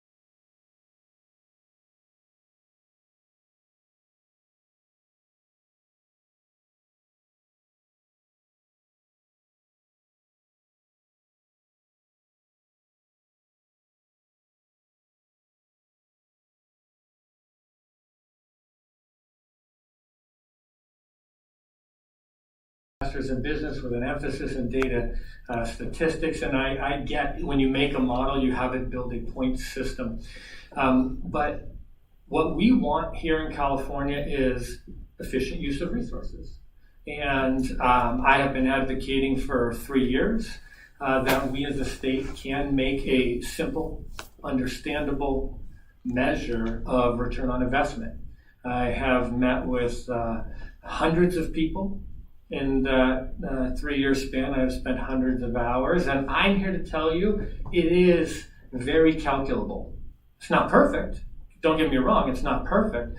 If you look at data statistics, I was a part of the 2014 State Agency Cost Study Advisory Group, and the statisticians came back. The cost driver of local incentives was between 10 and 12%. The cost driver for prevailing wage was between 11 and 13%. Of course, it's going to come with some type of a statistically significant range, but it's calculable. You can take 200 of your most recently finished TCAC projects, you can run it through a multiple linear regression, and you can get very close to what certain things cost. On the public benefit side, okay, you will never get two people to perfectly agree on what the public benefit is of characteristic A or characteristic B. However, you can sit down and work with someone, staff and or the committee, and do something called trade-off analysis, where you say, if you had the choice between 100 vanilla affordable housing units and 90 with this great characteristic, which would you pick? And they may say, I'll take the 90. That's important to me. I know I lose production, but I want the 90. And when you do trade-off analysis, you can get to, this person said yes to 90, but they said no to 80. 80 was too big of a loss, so that person's comfortable with a 12% boost. They're not comfortable with a 20% boost. And so you can use statistical regression analysis, you can use trade-off analysis to get close to what reasonable people think the public benefit of something is or the cost of something is. And I just want to argue or implore you to believe that the policy insights shared by the working group on some of the many categories there, those could be built into a single measure of public benefit and return on investment. I have provided in general a framework where there is no tiebreaker. There is one single score, and that score is how much public benefit you derive divided by the scarce state resources that you require. And to make sure it is understanding the multiple facets of public benefit, it has multipliers for bedroom count, multipliers for depth of affordability, it has multipliers for being in high resource areas, being close to job centers. And those multipliers, it's going to take some discussion. Should you get a 3% bump because you're near a grocery store and a 12% bump because you're in a high opportunity area? I do think the industry is going to have to debate those topics, and you're going to have to hear some ideas on individual policy weightings. However, the sentiment, Judith, that you mentioned, that if you want to go into the right depth for that type of system, that's going to take a long time, that's going to be difficult to do. I just want to say that even if everyone in this room agreed with the working group's current proposal, we would still have an entire industry that wants to argue whether or not something should be a 20,000 bump or a 22,000 or a 15% bump or a 14% bump or no bump whatsoever.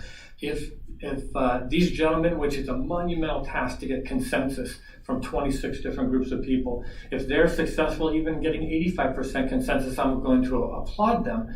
But the point is, no matter what system you pick, you're still going to have the entire industry want to weigh in.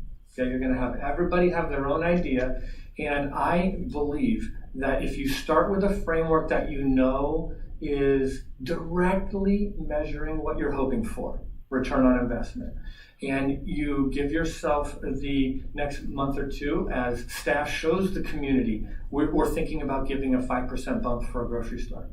What do you think about that? Working group, what do you guys think about that in comparison to all these other boosts that we're proposing in the public benefit numerator? I think you can get people focused on specific issues. I'd like to frame a picture for you here. A lot of what the working group is providing to you is helping you solve multiple problems, okay? What I'm proposing to you only solves one problem, okay? Scoring.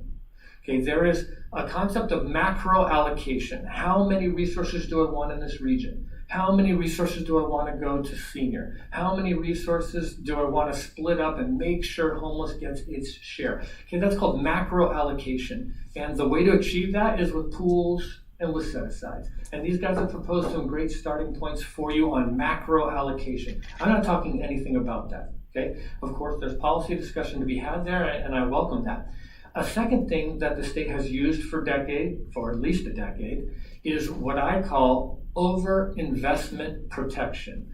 They call it the housing type goals. If we already funded 20% senior, we start disadvantaging seniors so the other housing types get a chance to catch up. I think Caleb or Doug mentioned it is impossible to make a perfect scoring system. The set-asides can help make sure you have minimum amounts go to something, but the housing type goals, which we already have in place, is to make sure you don't do too much of something. And that has worked really well in the years. And so the reason why I point out these 3 different layers of project selection, macro allocation with pools and set-asides, over investment protection with housing type goals, I want you to feel comfortable you can dive in and make a scoring system that measures exactly what you want, and if it slightly disadvantages one characteristic over another, right? You still have the macro and the overinvestment protection to help make sure it's shaping out the way you want. The main thing I think we are not tapping into in this state is developer creativity.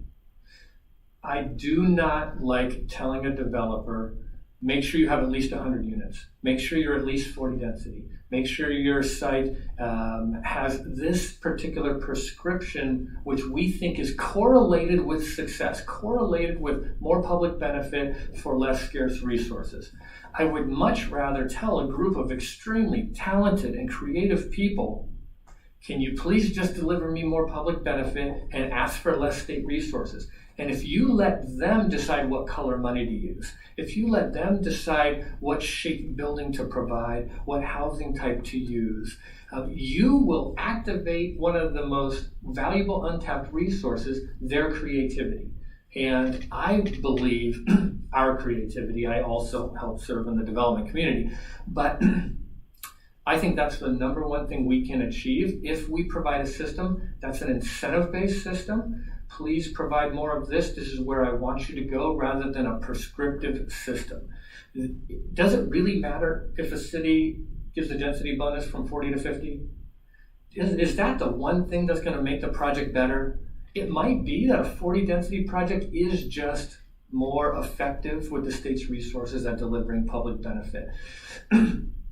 So what I would like to get across is, number one, if we care about efficiency of resources, let's make that the main measure. The working group provided you in proposal number 1, category 11, resource efficiency. My entire proposal is score your projects based on resource efficiency. And where you have a project characteristic that is more costly, you give it an allowance so it's not competing at a disadvantage. Where a project has something that benefits society, is close to a job center, you provide it a boost. And if you have a system that comes up with one measure, but it has 15 facets to deciding that measure, of course you're going to have 15 policy discussions, you're going to have 15 arguments over 12% versus 14%. But if you do that, it is very easy to tweak it in the future. As more data comes available, you can say, you know what? The prevailing wage allowance needs to move from 35,000 to 38,000. We have new data. You tweak that one thing. If you make a system that has 150 points, and 20 points are for cost efficiency, and 20 points are for leveraging, and 15 points are for site amenities, it is extremely difficult to make changes to that system. If you look at our current 9% system, which is a maximum score with a tiebreaker, is not dissimilar to what we have here. Controller Betty came into office and said, we need to incentivize water savings, and staff told her no, can't do it. It's too rigid. The system, you will break it, the whole system. If you add it as a point category, it becomes a mandate. If you add it as an option, people will ignore it. You can't touch the tiebreaker because there's too many problems. We are already going under the hood. let's just go under the hood with a really ideal and defensible measure of return on investment. I'm here to say you can totally do it. I've talked to hundreds of people in the state and heard all of their concerns and said, you know what, we can get to that one. We can address this. It's just going to take a little bit of time, take a little bit of data. And I'm happy to be of assistance any way that I can to the working group, to you guys. I have super detailed proposals I can give you. I can continue to talk simply about the framework. But I know it's possible. I think you should shoot for the ideal measure, and I do not think it will cause that much more discussion because people are already going to want to debate the 11 categories, and they're going to want to debate the nuances of each. You might as well just go with the measure that directly measures what you want. So thank you. Okay. Oh, thank you. Thank you, Mr. Rich. This was really helpful. I appreciate your focus and interest. I do sort of, in a perfect world, since you guys have all done the impossible, have you tried working together? Like, where is there sort of the middle ground in this? And it seems to me like some of your measure of public benefit could be the perfect way to feed into number 11. Like, is it possible for everyone to come together? Yeah, I absolutely. I offered my services to the working group and I was denied access. I offered multiple times to serve simply as a statistician for them and not requested to do so. So I'm happy to be helpful to any other groups in the state, but to date, no, I've not been allowed to assist the working group. Okay. Any other? So I see your presentation and it's a PowerPoint right now. The working group has proposed, allocations and things that are familiar, like you said, and I agree. If you make too many changes to what is already there, it becomes, a big problem. But how do we evaluate your proposal versus like what's been done in the past? Like, how do we? Sure. I did a mathematically. Yeah, in 2018, I did a statistical analysis of the last 4 years. If you used the proposal that the general return on investment benefit, and I looked at the last 4 years of the TCAC 9% system.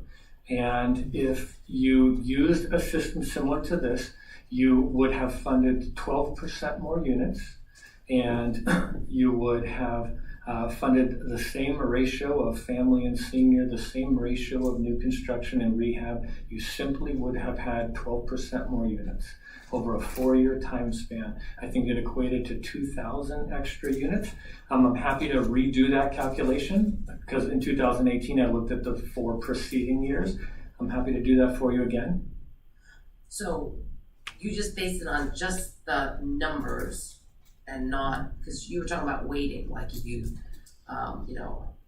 have a unit by transit, you weighted a little bit more. Like how did you do that? Just knowing that the projects are not apples to apples. Sure. So what I did was I spoke to a number of folks. TCAC held public forums in 2018, and I had the opportunity to speak with about 100 different industry participants. And so what I did was I came up with some reasonable boosts for things, and I ran the model through using those reasonable boosts. It produced a set of winners. The set of winners was 75% the same people who won in the normal system. If you go back and do a retroactive analysis of what happened, often you get many of the same winners. But on the margin, you get a few different winners. And in my system, you got winners that were usually slightly bigger projects that provided more units per the resources. And so I did pick a starting point of boosts. I'd be happy to rerun it with anybody else's starting point of boosts.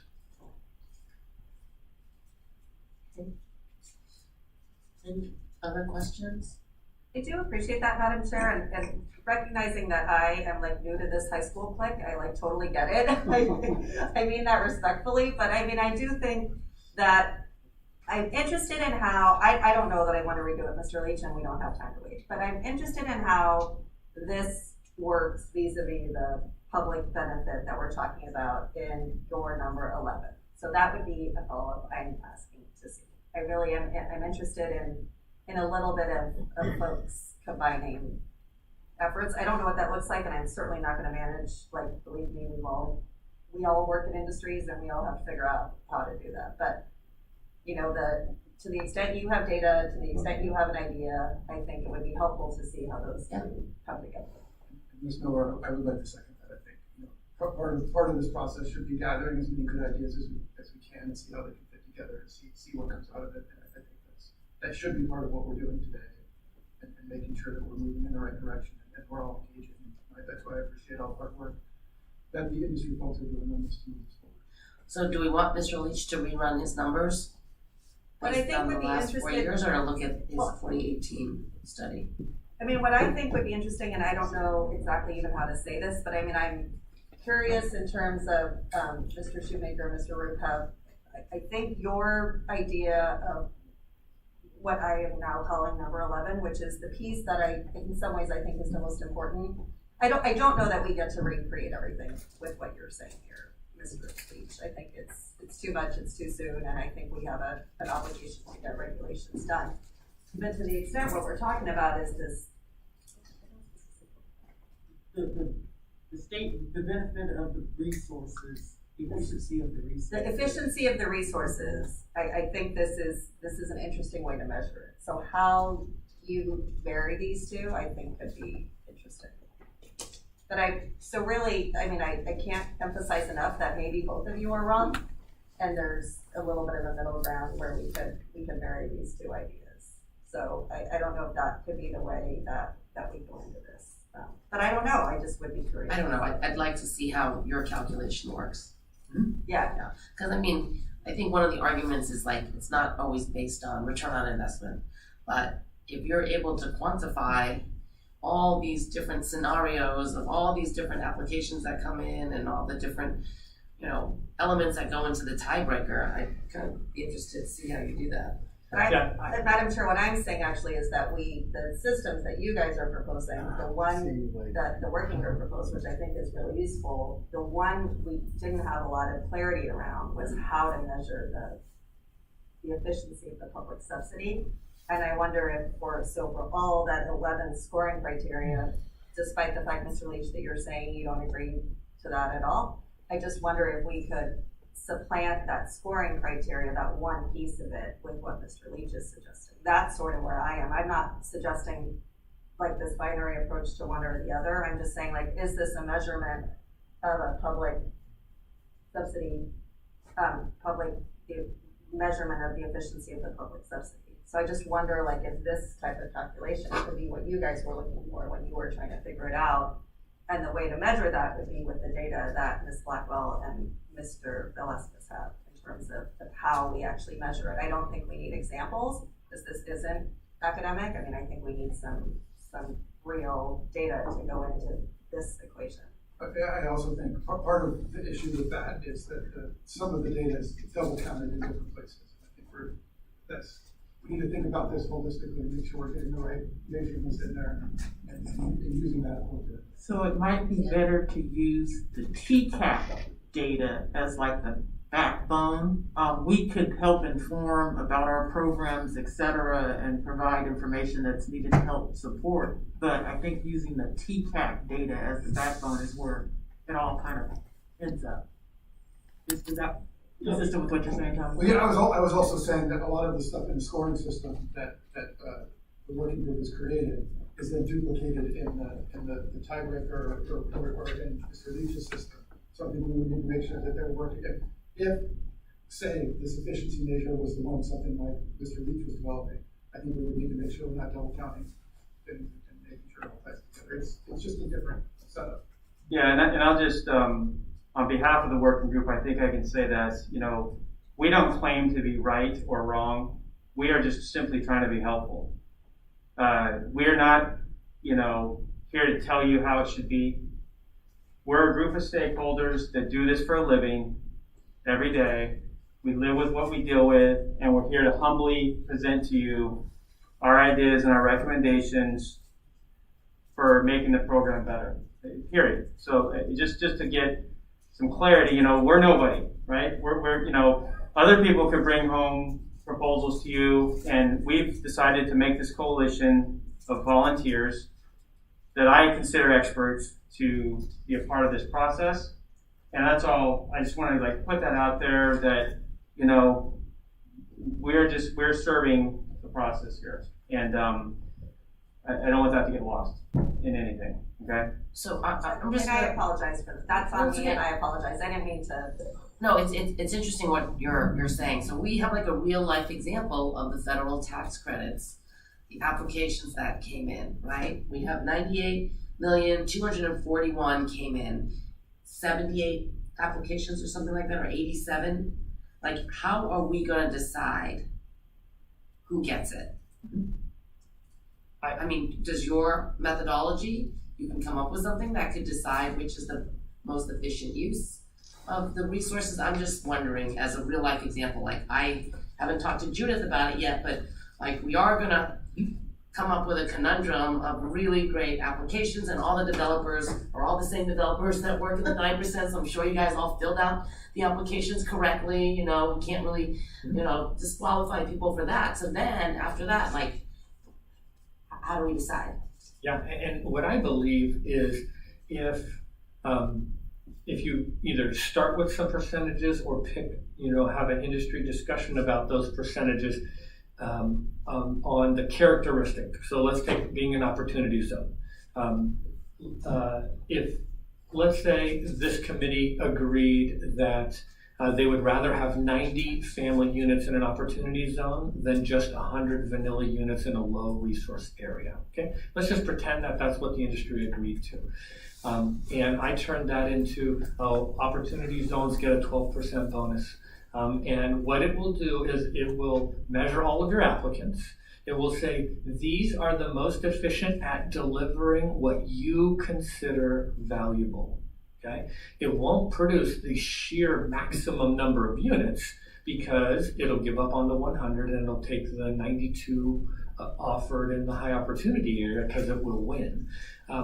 But if you're willing to make 15 or so policy directions, yes, I want high opportunity areas to be incentivized. Yes, I would accept 12% less units in exchange for the high opportunity area. Then I can give you a mathematical formula that's defensible, and it does tell your applicants, you guys were the best at delivering our public benefit. I'd also like to say, if you, from what I can tell from the working group's presentation, it would be an improvement on what we currently have. I don't discount that. It would be a major improvement on what we currently have. I'm just trying to appeal that there is a more ideal way to measure directly rather than measuring indirectly with point categories. Right. I don't necessarily, Mr. Leach, I think my issue is how I think maybe your approach oversimplifies the process while kind of complicating where we are in terms of applications with CDLAC. And I think what I'm looking for is not kind of a binary look at the process right now, but an incremental step to get to the point where we have certainty for the staff in order to draft regulations. So I think we heard Ms. Blackwell, and she is kind of the arbiter of all of this, say this needs a lot more research. So while we're trying to get there, the idea that you could incorporate it into maybe into a value-added existing system, I think that's kind of the point we should really be looking at. One thing I'd like to add on to that is I think there's been some discussion today about developers who've been working on their deals for 5 years, and that's very valid and understandable. But ultimately, we have so much money to award next year, and there's going to be winners and there's going to be losers. This is a zero-sum game to some extent.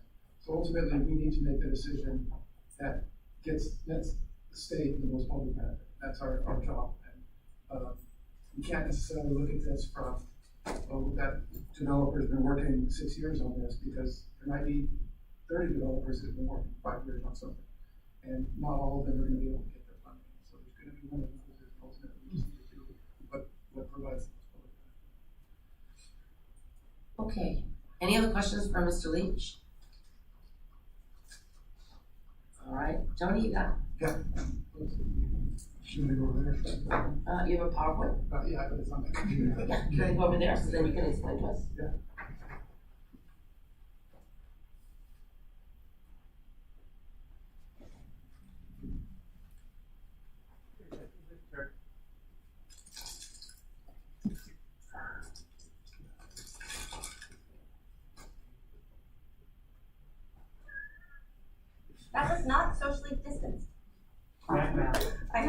like the socially distancing mask police.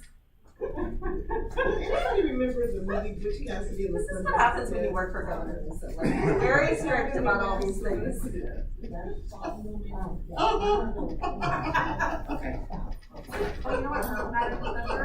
I parked in the roundabout.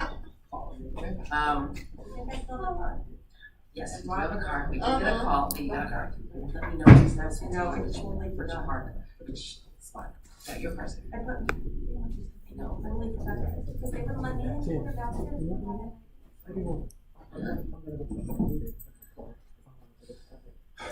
Okay, you wanna wait a minute? Let's take a 5-minute break. Yeah. Bathroom break. Yeah, I'll be quick after that, so. You're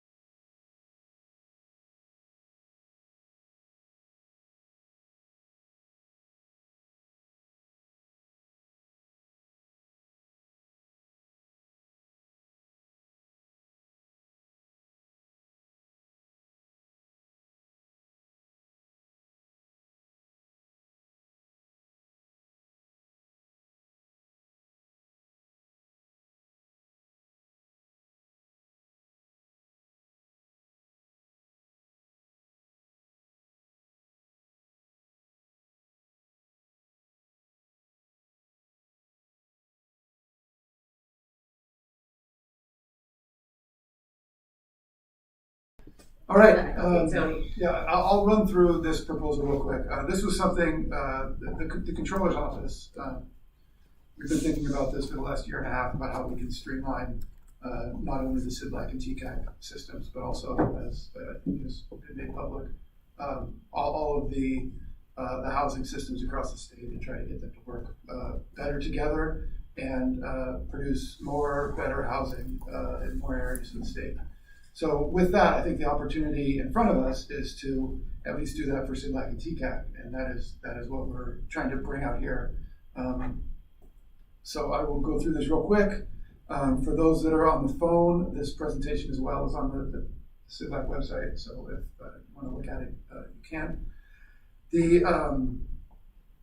The goal again is to create a universal system that creates uniformity across all the state housing funding programs. This is a longer term goal. This is not something that we expect to get to by October 15th or December 15th or whatever the date is. That's something that would require more work, but we do see this as a starting point. I think what we have identified as sort of the core priorities for housing is production, affordability, and location. I think that came out of our last meeting that we had, and that's really what we're most focused on. That being said, there are other issues that the state has prioritized in terms of who is being served and what services we're providing. So one is services, that would be social services, health services, educational services. Environmental issues is definitely a key thing with a lot of the programs that have been created. And workforce development has always been at the forefront of housing programs across the state. We like to focus that on building housing workforce above and beyond just the construction labor, but more inclusive than that, so that when the time comes, when we need to build more housing, as we have over the last couple of years, we have the labor force to do that. So this I will skip because this I think has, again, what we discussed at the last meeting, that we need to serve all affordable income levels. Location is very important, and that cost efficiency needs to be a major factor in the scoring system. So this is a visual of the existing 9% scoring system, where there's multiple factors that need to be met, and then you can sort of pick and choose from buckets in order to maximize the scoring on the 9% side, which ultimately is required on 95% of the projects. The tiebreaker then really determines the winners, and that sort of gets tangentially at cost containment, but it's not a direct measure. It looks at how much leverage of public funds is out there. It looks at large project factors. It looks at unused credits, but it doesn't directly measure cost efficiency, which the model that we're proposing is what it does. What we try to do is measure directly as possible the benefits that we're trying to get for the state. Unit production being first. There would be all of the green boxes would be converted to dollar amounts. So unit production, in our initial take at it, we assumed $25,000 per unit, no matter whether it was affordable or market, plus $20,000 per resident. So the larger the unit, the more benefit you would get. I did not put the dollar amounts on this chart because I think those are, as with the other proposals that we talked to, those need to be vetted in a larger group and really understood and made sure that they're aligned with each other. We would adjust for location, specifically, as everyone else has been calling, opportunity areas, transit-oriented, and jobs-rich areas. So you get a benefit. There's a public benefit to housing in that area. Rent savings is really the key to this proposal. So what we're really looking at is small area fair market rents minus the restricted TCAC restricted rents.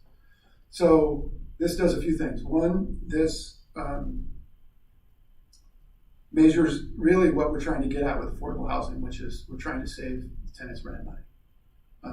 And this takes location into account in the sense that because we're using small area fair market rents, we're looking at a zip code level cost adjustment or benefit, public benefit. So if you're in high opportunity areas, generally already have higher rents. Transit-oriented areas, a lot of the areas we want to produce a lot of housing in have higher rents, job-rich areas. So I'll get in a little later about some of the back scoring that we've done and looked at what areas win. But this area definitely gives more, this measure actually gives a lot more public benefit in the higher cost areas, but is then offset by usually the larger state investment in those higher cost areas. Population served. This can grow or shrink as necessary. These are some of the types of populations that are currently prioritized in different state programs. Homeless units being obviously first and foremost on a lot of people's minds, but there are other types of units that are prioritized: veterans, farm workers, transitional age youth, and then units for mental or physical disabled residents. Services, there's a benefit to providing services. The other thing that this really takes into account is we're not making adjustments for the expected costs of these buildings. We're looking at what benefits we're getting out of them. So getting back to the idea of podium parking or not podium parking.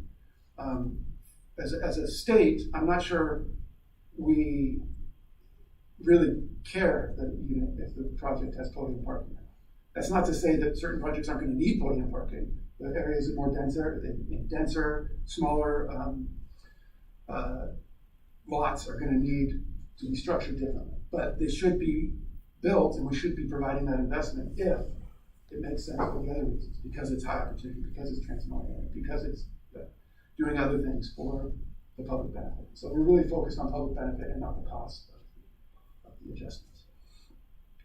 Along that same line, workforce development. We have had initial talks with labor agency and with the workforce development board about sort of some of these, the value of prevailing wage, the value of apprenticeships, the value of workforce development, as opposed to looking at it from a cost perspective. What is the state getting out of these things? What this does is it allows projects to say, it's going to cost me $10,000 a unit to have prevailing wage. TCAC or CDLAC is going to give me a benefit of $40,000 per unit. It might make sense for me to include this in that, and then we get that workforce development benefit out of it. If the cost is $100,000 a unit and the benefit is $40,000, it doesn't make a lot of sense for that project to do it. If there's a requirement from somebody else to do it, that's great. We will still give them that benefit and they will get it. But I also would expect that someone else providing that requirement will be chipping in some of the costs to make that happen. So what we then would do is divide the total value of all that public benefit by the total state investment that's put in there. This is something like what Mr. Leach was talking about. I tried to make it a little simpler, make it a dollar sign, but I think it's the same basic idea. The value of the public benefit is very similar as well to what the working group's proposal comes up with. It is getting at the same basic factors, just trying to measure them as directly as possible. So the state investment costs, you'll see that there are percentages for each of those different buckets. That's because the cost to the state is different for a subsidy loan versus a grant. We do expect to get money back on the subsidy loan over time. Subsidy loans serve they serve the state well in a lot of ways, because if there is a project that has a unintended windfall for some reason, then the state shares in some of that and that they get paid back sooner rather than later. Private activity bonds, $1 of a private activity bond doesn't go as far as $1 of a 9% credit. It does come with 4% credits. The basis boost is on some of those. So that this 65% is the number that I've come up with that sort of values the total that comes up with the expected value. Those numbers are up for debate and we can discuss them, but I think they should be pretty close to where we would end up in the system. So how do you value like homeless units versus farm worker units, veteran units? Yeah, I mean those are dollar amounts. I have run some past stuff, so I've come up with some preliminary numbers. The value of a homeless unit, we did some research at the controller's office to determine the value of transit-oriented areas, homeless units. One of the values of a homeless unit is there have been a lot of studies done about what a homeless person costs in public benefits on the streets in a given year. The dollar amount that I've seen for that is about $55,000 in Orange and LA counties, which may be on the high end, but that doesn't So to answer your question, there's some data that we can base that on, but it is going to be one of these things where we're going to have to pick a number and see how it comes out and value it. But I think all of these factors that we're getting into, we can at least come up with a range that we think makes sense from what the real public benefit is. Looking at what other state investments are in workforce development, looking at how much the state's putting in on all these other factors. So people have to come up with those. Yeah, I mean, I have, like I said, I have a lot of research on a lot of these areas in terms of like transit-oriented. There's a lot of studies done on how much greenhouse gas reductions come from transit-oriented development on a per unit basis, on a per person basis. So all of these things, the information is there. Does that mean that it is perfect? No. I mean, a lot of these things at any level in the state, whether we're doing a point system or whether we're doing a value system, is sort of saying we think it's worth this much and this is what we're going to do. So if you look at a homeless unit, are you just looking at what it costs the state, or are you also looking at the benefit to the state once they become a productive citizen again? Yeah, no, I think that's very good point. I think I would like to look at the holistic benefit. Like I said, what I have valued as a homeless unit, a new homeless unit, it would get $60,000 for that unit, plus the value of unit production, plus the rent savings. So there's, it layers on to itself. So the value of one homeless unit would be significant. A newly constructed homeless unit would be large. I guess the one other adjustment that I have on here, one of the discussions that we've had, I think Ms. Bowman-Patterson brought up earlier, one of the discussions we've had a lot of times at this board is how do we value preservation versus new construction. So one of the adjustments that I made that we added in here was you're really getting the benefit of those middle 4 boxes just over the added regulatory life. So if there's 5 years left on a regulatory agreement, you would get 25 years, assuming a 30-year average life on these things. You'd only get 25 years multiplier instead of 30 years for those. So you're getting only a percentage of the total benefit that you would get for a rehabilitation project. This would be even a much larger discount for those that are trying to re-syndicate after 15 or 20 years than those that are really close to the end of their life. So I think this is a way, again, to try to normalize these costs across the different things that we've been discussing over time and really coming up with the value of what we have here.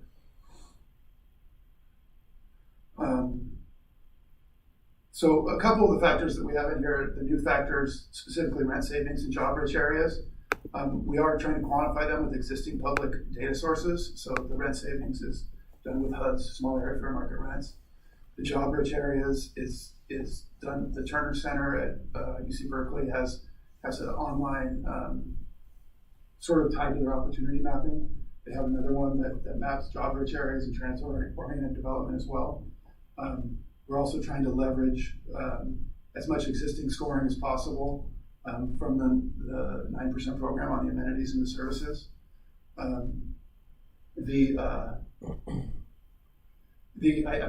think Caleb or Doug mentioned earlier that they're looking at tweaks that need to be made to that scoring. I think they definitely can be improved, but in the sake of trying to keep things that aren't as out of line with our priorities, I would be fine leaving those alone, but I'm perfectly fine if the community wants to adjust them slightly too. I think that's fine. Just what, I'm sorry. Amenities and services. So does the Turner Center actually have a measurement for how to get to the public benefit? No. Is it like a tool or? No. Well, they have a mapping tool. Okay. That maps out opportunity areas that is used by the committee. Okay. They also have a tool that maps sort of 3 different factors. Maybe 4. It's jobs rich, jobs, housing and balance, opportunity area, and transit-oriented development. Okay. So they have done a lot of the research on that. Okay. And so I think that's something that we could leverage and we could pull pretty quickly. What their jobs rich, to be clear, their jobs rich is looking at low income jobs because that's the housing we're building. Large job centers. Well, it would. It's looking for low income, so jobs that would serve 80% AMI or below. Okay. Within 3 miles of that. And I think we could gradiate that as necessary. Just like we do with the transit-oriented, just like we do with the scoring already does this with the other factors that we're looking at. And then the transit-oriented piece, that it's already in the 9% scoring. It takes into account density as well as proximity to quality transit. So we could leverage that a little bit and maybe make a little tweaks on it, but I think it generally does a good job of aligning with the AHSC and the IIG factors that are out there. So where we see this as an improvement over the existing system is it measures total state investment as opposed to just, I would argue to some extent the 9% system right now measures the public benefit per unit produced as opposed to the public benefit per state dollar produced. And so it's sort of twisting it a little bit to really get at what our limiting factor is. Units are a limiting factor, the investments are a limiting factor. I think because we're trying to measure public benefit more directly with the metrics, we think that it's a closer measure to the value to the public. The other thing that we've done on some of these measurements, right now, both on the CDLAC and the TCAC side, some of the public benefits are pretty narrowly bound. For example, there's over 30 points that can be achieved through amenity scoring right now, and it's limited to 15 points. So I think we would raise that bar a little bit.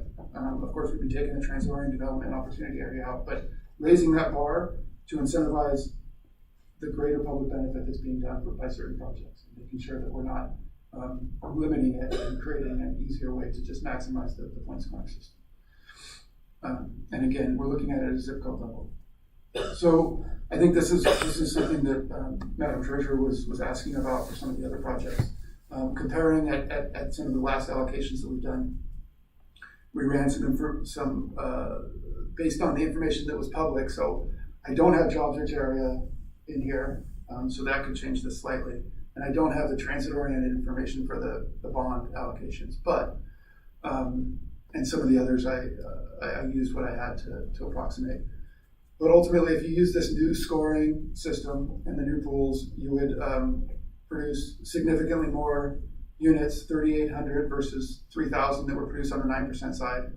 You would have slightly larger units, but pretty close. There would be a large increase in homeless units produced, 977 versus 729. The subsidy per unit would be lower across the board. The total development cost per unit would be lower. The opportunity areas for family projects would be better, so that the lower the score, 1 would be highest opportunity and 5 is high poverty and segregation, would be, so we would be improving by almost maybe a third of a category there. The small area fair market rents actually goes down a little bit in the 9% allocation slightly, but the average affordability drops a little bit as well. But there, it's pretty close. So now I find it interesting that you got deeper affordability and more production, and not or. So what do you attribute that to? What I mostly attribute that to is that, again, the current scoring system is not really looking at efficient use of funds indirectly. It's looking at it indirectly. Specifically on the 9% side. Correct. It's not the 4%. So one of the things that I have said is that we've all been having discussions about the 4%, but we're talking about the system. We've been talking about bonds and 4%. But when you look at the 9%, which we really haven't had a lot of conversation about, we're not really maximizing or using those resources very efficiently. Okay. No, I think I think we could definitely use this much more efficiently. And I think something similar to what Mr. Leach said earlier, when we look at this model versus what was actually proposed, 60 to 80% of the projects would be awarded in both of them, depending on the round. So a lot of the same projects are being awarded. Those that are producing a ton of public good now are being awarded, and in the new system they will be awarded. Really what we're doing, like I said, is we're making sure that they're using those funds efficiently. The tax-exempt bond allocation is not quite as stark of a difference, but all of the metrics that I have here really look better in the new system than the old system.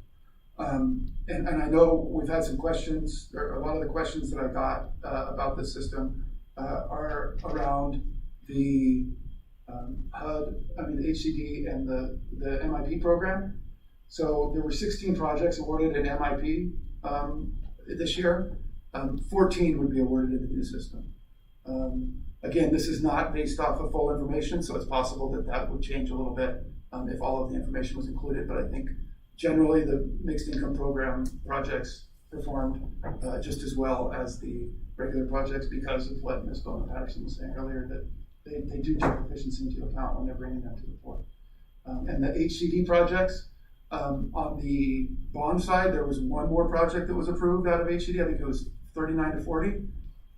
And on the 9% side, there was actually a significant increase in the amount of HCD projects that were approved. I think it went up by like 30%. So in all these cases, we talk about all these public benefits. I think there is an opportunity to get to a place where we are really valuing the public benefits better and ensuring that we're getting more total public benefit out of these systems, which is ultimately the goal, and not on a project by project basis. Mr. Sir? Yes. So I'm super interested in this, both on the 9% and how we get efficiencies. So I'm just, maybe we can create more efficiencies in the 9%, which is not what we're talking about today, but this is in the future. Is it possible to use your data with the working group's plan, but substituting for public benefit your criteria and seeing if it comes up with similar efficiencies? I'm sure it's possible. I'm not exactly sure. It'd be a mix and match type of thing we could do. Yeah, I think we could work together to drive something and figure out a way that we could work together on this.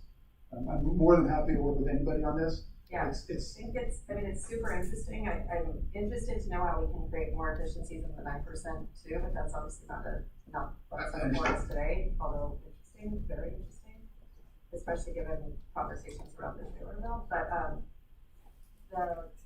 I am interested to see if, to the extent we need to get something done in the next month, how your idea of public benefit efficiency would work, and whether it would drive similar efficiencies, because at least then, essentially, if we were to use this criteria for public benefit efficiency, we would be driving towards that system in the long run, and we would get to really be checking what we're doing based on the data. Yeah, I think what I said, sort of what I said before was a lot of the factors that I'm taking into account in my public benefit efficiency are the same general factors that are taken into account in their initial 10 calculations, like the services and the amenities and the leveraging my cost and time. So you would have to maybe shrink it. Yeah, so I think we would want to reframe it, or we're double counting some of these things. Right, and that I think would not be helpful. Right, interesting. So, and again, getting back to some of the points, there's definitely additional review needed, or is anything missing? Do we have the right allocation between the factors? I have reached out to several developers and asked them for input on this, and hoping to get, because I think one of the things that's helpful, looking back is helpful, but I think what we have to realize, any system change that we make is also going to change the incentives that we provide to developers, and so they're going to develop different types of projects, and we need to make sure that that these incentives are getting the outcomes that we would like. How would you go about analyzing the value of services and workforce development versus their cost? I understand how you do cost, but how do you do that? Well, I think one of the things that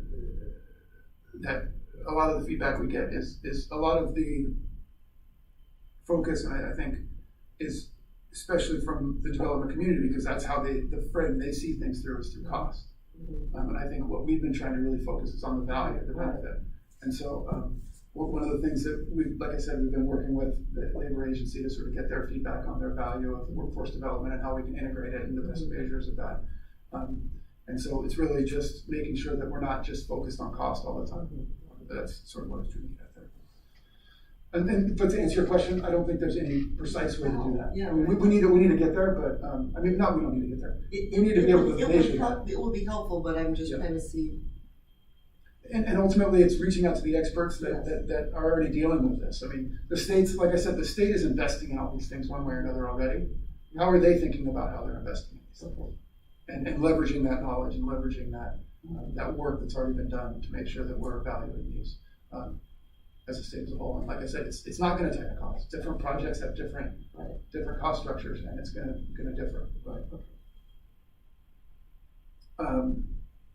And one of these things that we can do as well is if we really incentivize cost containment much more directly in our scoring system, we can take a lot of the requirements that have built up over time around this out, the threshold basis limits, the maximum allocations, and we can ultimately, I know we had the discussion earlier this year about developer fees. We can really look at that and figure out how we want to do that, because if the developer's already incentivized to reduce their costs to compete in the competition, then developer fee is somewhat limited by that as well. Whereas if they have a super efficient project that's doing a ton of good for us, maybe they deserve a little more developer fee because they're bringing that as well. That's great. What is? All of it, sorry. If there's any specific question, if you want me to restate it. So you're saying the developer fee is based on? So right now, the developer fee is based off of a percentage Right. of the development or the Right. basis. And so what I'm saying is if these projects are incentivized to reduce their costs, to reduce their state investment, because to win the competition, because we're really incentivizing that, then allowing the developer fee to go up a little bit is okay, because ultimately they're not going to be able to raise it that much, or else they're not going to win the competition. Okay. So it would take a lot to figure that out. I don't feel like I'm in the right place to figure that out. I mean, This is just stuff that's out there that Okay. we can revisit some of That's- these limits. yeah. And a lot of the items that are being scored now, experience, housing need readiness, I think we can move more to sort of threshold requirements as opposed to in the scoring system. Because in effect right now they serve as threshold requirements. And I think we can think about things a little differently. So the other thing that I did, and I'll go through this real quick, is similar and independently from the working group, created sort of a separate pool structure with larger geographic regions, slightly different, but along the same lines in terms of creating that where so first you would go through the priority set-asides. Some of those are statutorily required, but using the existing 9% set-asides in both the bond and the 9% categories, the nonprofit, special needs, and at-risk set-asides would also count against the geographic allocations, which I think is helpful in terms of making sure that we ultimately are awarding the best projects around the state. We want to make sure there's geographic diversity, but if there's a project that's in the special needs set-aside that's in Los Angeles, I don't see, we could count that towards Los Angeles set-aside as well. But anyway, these I think, getting back to the work groups proposal, these pools I did based off of the very low income populations and the county fair market rents to adjust for cost, but I'm open to, this is just a general outline of how to get there. So with that, I'm done, and if there's any questions, I'm happy to take them. Any questions? Yep. just to reiterate that I think, our highest priority, and I do think, again, to the extent folks can work together, I think, maybe I'm the only one here that is not as well versed as all of you, but I do think that would be helpful, and I think, I don't think we're interested in reinventing a structure. I think it is really important that this is our next incremental step, and that we don't, as much as I appreciate what you're trying to do, I do think it's important that we take the incremental step as a proof point as to where we're going. So I don't think it means we don't continue to analyze certain pieces of this, but that we start from what folks know because of how confusing last year was. So I'm just trying to see if we can drive to that middle ground, in the next 2 to 4 weeks. I do think it's important that we do that, and I think future tax credit allocations really rely on us getting it right this year. So I think we need that this next step needs to be incremental and not a whole new system is my only concern with that is like you said, I mean, if if we are doing, a comprehensive review this year, now is the time to sort of do it right, because every year it becomes harder and harder to make these changes. And, sometimes it's easier to do everything at once, but I understand where you're coming from. Yeah, no, I appreciate that, but I do think the one question no one seems to have fully answered, and I feel like such a broken record, is the value of the public subsidy and how we measure that. And I do think the value of the public subsidy does include fellowship aid and HCD. I mean, I do think that kind of holistically looking at it may be important. But I think, clearly you guys have spent a lot of time thinking about it. So I think to the extent that those conversations continue, I think it could be really helpful. And I think it sounds like HCD and fellowship aid have offered to provide a lot of the data as well. So I think to the extent there's some that we're able to, I think Mr. Sertic, you did an amazing job with some of the benefits on yours. I think to the extent we can run different scenarios against those, that could be helpful as well. Yeah, I'm always more than willing to work with anybody that is interested.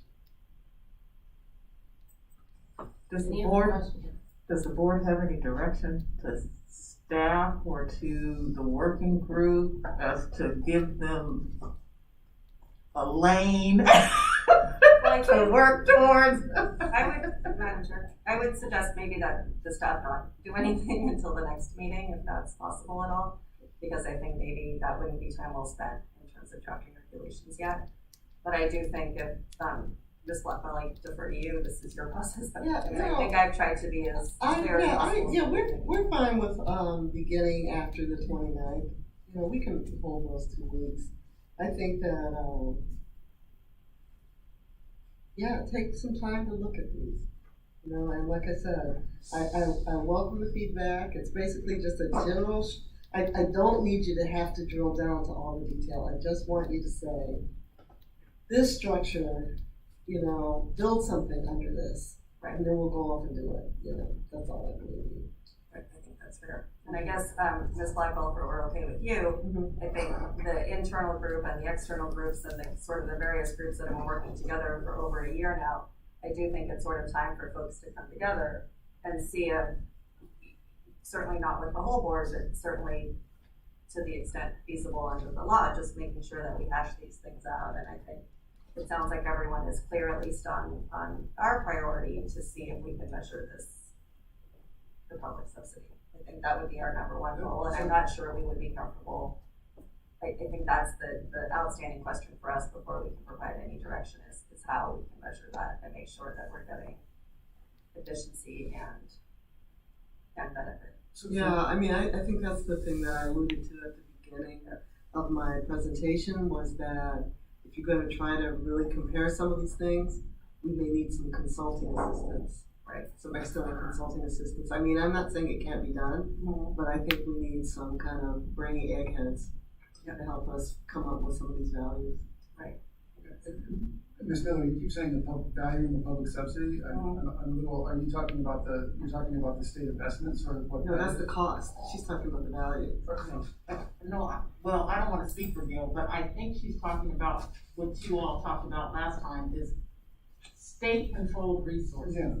Measuring the state-controlled resources to what the public. Yes. I'm sorry. Yeah. Did I get it right? You did. Oh, thank you. So in terms of like what the total state-controlled resources put into a project are, like value in that, or do you mean calculating the whole the benefit that the public? What are you getting for it? Yeah. What are you getting for the cost? Valuing that, and then what are you getting for it? Yeah. Okay, I think it is what you're trying to do, right? I think each of the systems that have been presented are trying to do that just in slightly different ways. I think we need to come together. And I think there are things that can be shared and cross-over. But I am hearing, and correct me if I'm wrong, that to the extent we can work within the existing structure that people know and make modifications to get at more policy issues is kind of where I hear you going. I think, that's correct. I mean, my concern is that, I don't know that I would say that every year, but my concern for 2021 is that in order to get to consensus and a system that is consistent and reliable, we need to make sure that we have a structure that's knowable, especially after a very confusing 2020. So I don't know that we have the bandwidth or the runway to create a new system, but I don't discount that it's not something that's needed in the long run, especially given your data, but I think in the short term. My other concern with, I think if we're gonna get there, I think, and we really wanna maximize the total public benefit, I think how we calculate public benefit is open to debate. I think that's probably the hardest thing about creating a system. I think understanding what the state investment is pretty easy. So if we're trying to do a ratio, I think we can get there easily, but calculating the public benefit is where it becomes difficult. And I know. So I think that's where I'm a little unsure about combining the systems, because if we're limiting the public benefit to X amount of points, and then we're trying to figure out how many points per dollar or whatever, however we unit or whatever we do, we're not going to get to the place where we maximize the public benefit, because the public benefit is limited and because of some of the location adjustments makes it really hard to do that. Although, I don't know that we know that yet, right? Have we? I don't know if we know that. I strongly believe that. Okay. I won't say that it's a fact, because I don't think it is a fact, but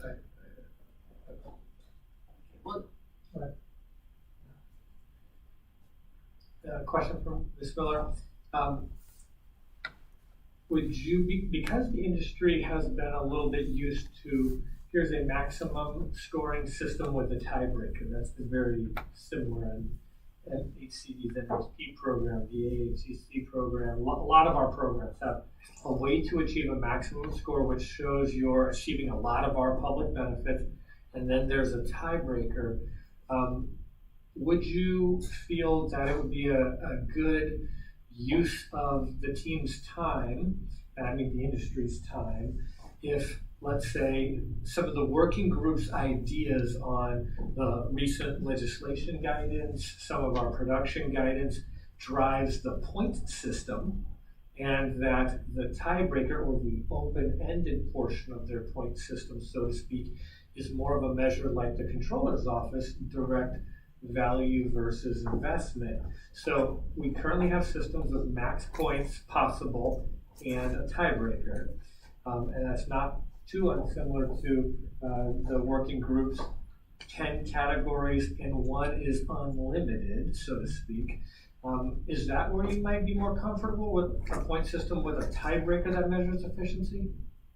Don't know, because again, I had 46 hours to read. I mean, I just don't know. I think that's not what I'm saying though. That would be option one. Yeah, so I think what I'm saying is that the fundamental question we're asking is how to create a system that can actually be implemented by December of 2020.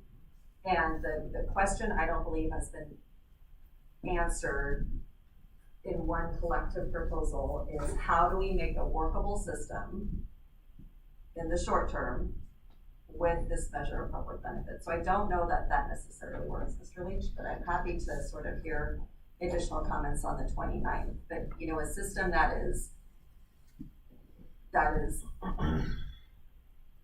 works on paper but doesn't necessarily work for all the applicants in the short term doesn't achieve our goals either. So I do think that's why I think all of you sitting down could be helpful to the state of California in general.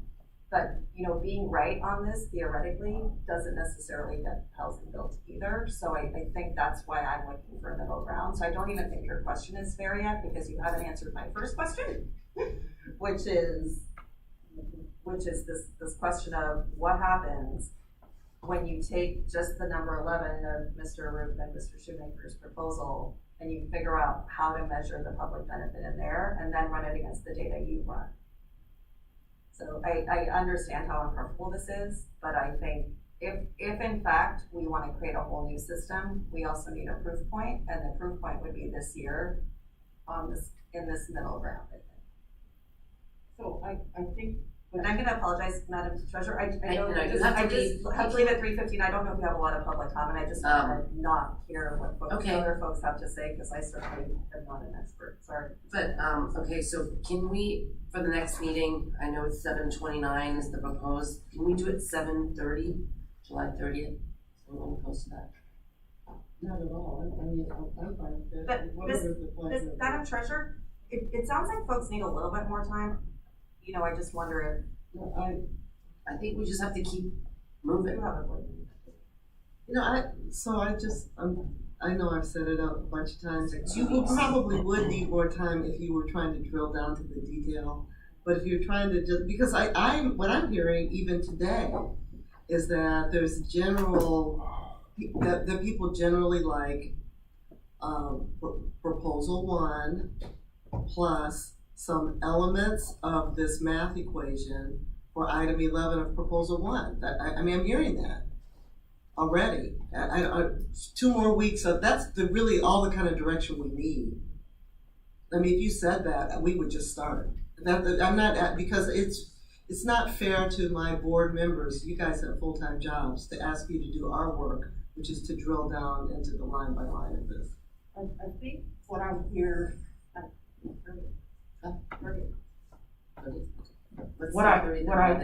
okay. This piece about measuring state-controlled resources and public benefit, I think what I'm hearing is that that's the point that they want to focus on and get a little more information on. And each of you are trying to hit that, but in very different ways.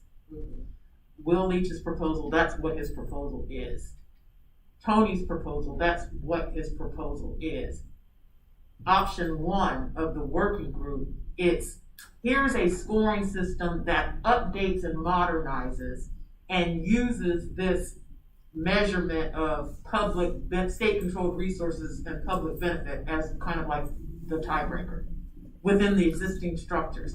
So each of these are trying to do what I hear the board saying they need, this piece that's important to the governor.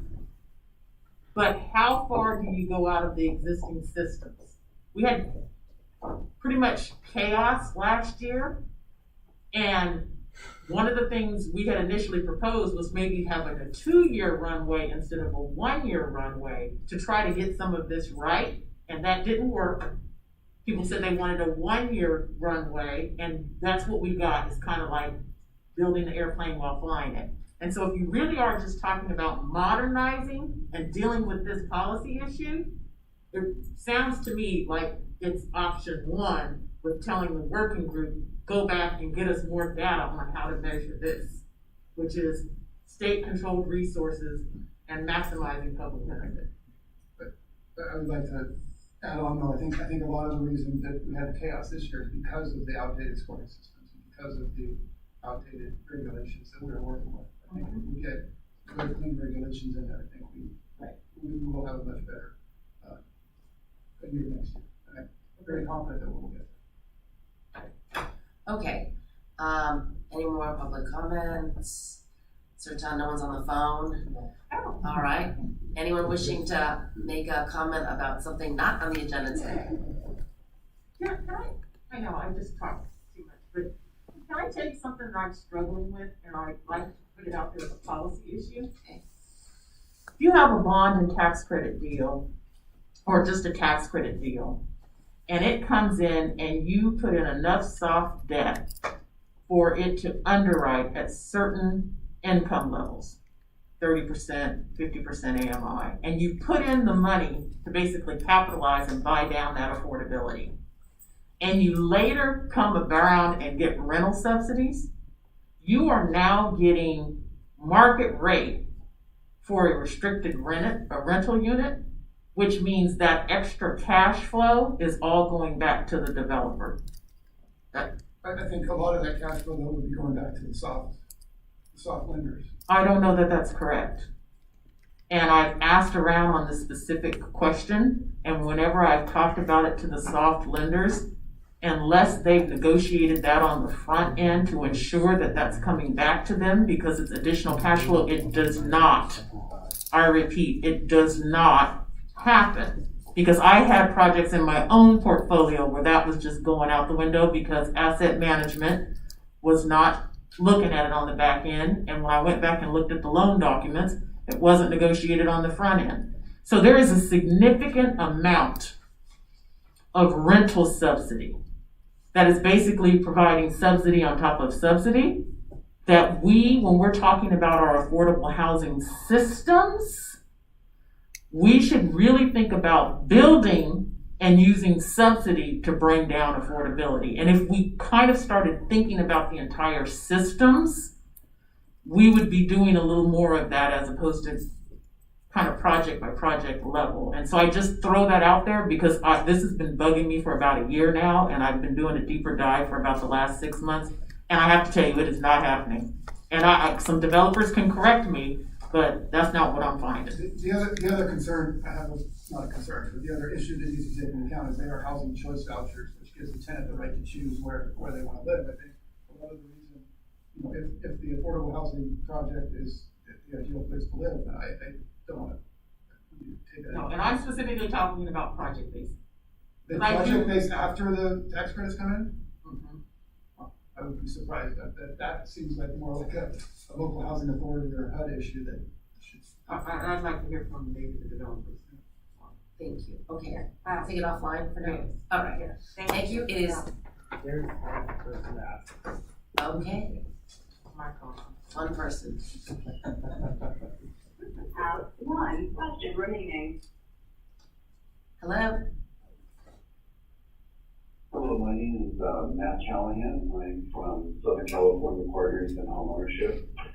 And I continue to feel that CDLAC's affordable housing plan is out of balance because it does not provide support to affordable homeownership opportunities for low-income households. The Mortgage Credit Certificate Program is really the only state-level program that supports affordability for low-income households.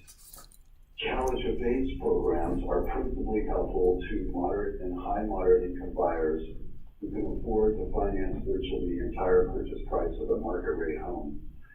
The MCC program, on the other hand, actually boosts home buying power for low income buyers. One of the most effective strategies for bridging the wealth gap in California is expanding homeownership opportunities for low income households. And the MCC program is a resource that supports this goal. Currently, the City of Los Angeles, Sacramento, and San Diego have shut down their MCC programs because CDLAC canceled MCC funding in 2020. And so I would like to ask the committee if the $600 million allocated to the Virgin Trains project could be redirected now to support the MCC program this year. Thank you. Thank you, Matt. Madam Chair, could I just do one additional in terms of Ms. Boatman-Patterson in terms of homework for everyone? I don't think we should be disadvantaging folks that get HCD and SCG funding. I don't know if I said that because I'm very fixated on this public benefit question that I can't figure out. And then the second thing is in terms of the working group, while I think you're going in the right direction, I would like to know that there is consensus among your 26 members. That is, I think, a really important piece. I think when you present something as a working group, it is presented as a consensus document, and to the extent it's not, if you could let us know kind of who agrees and disagrees, because I think that's an important point to make sure. Thank you.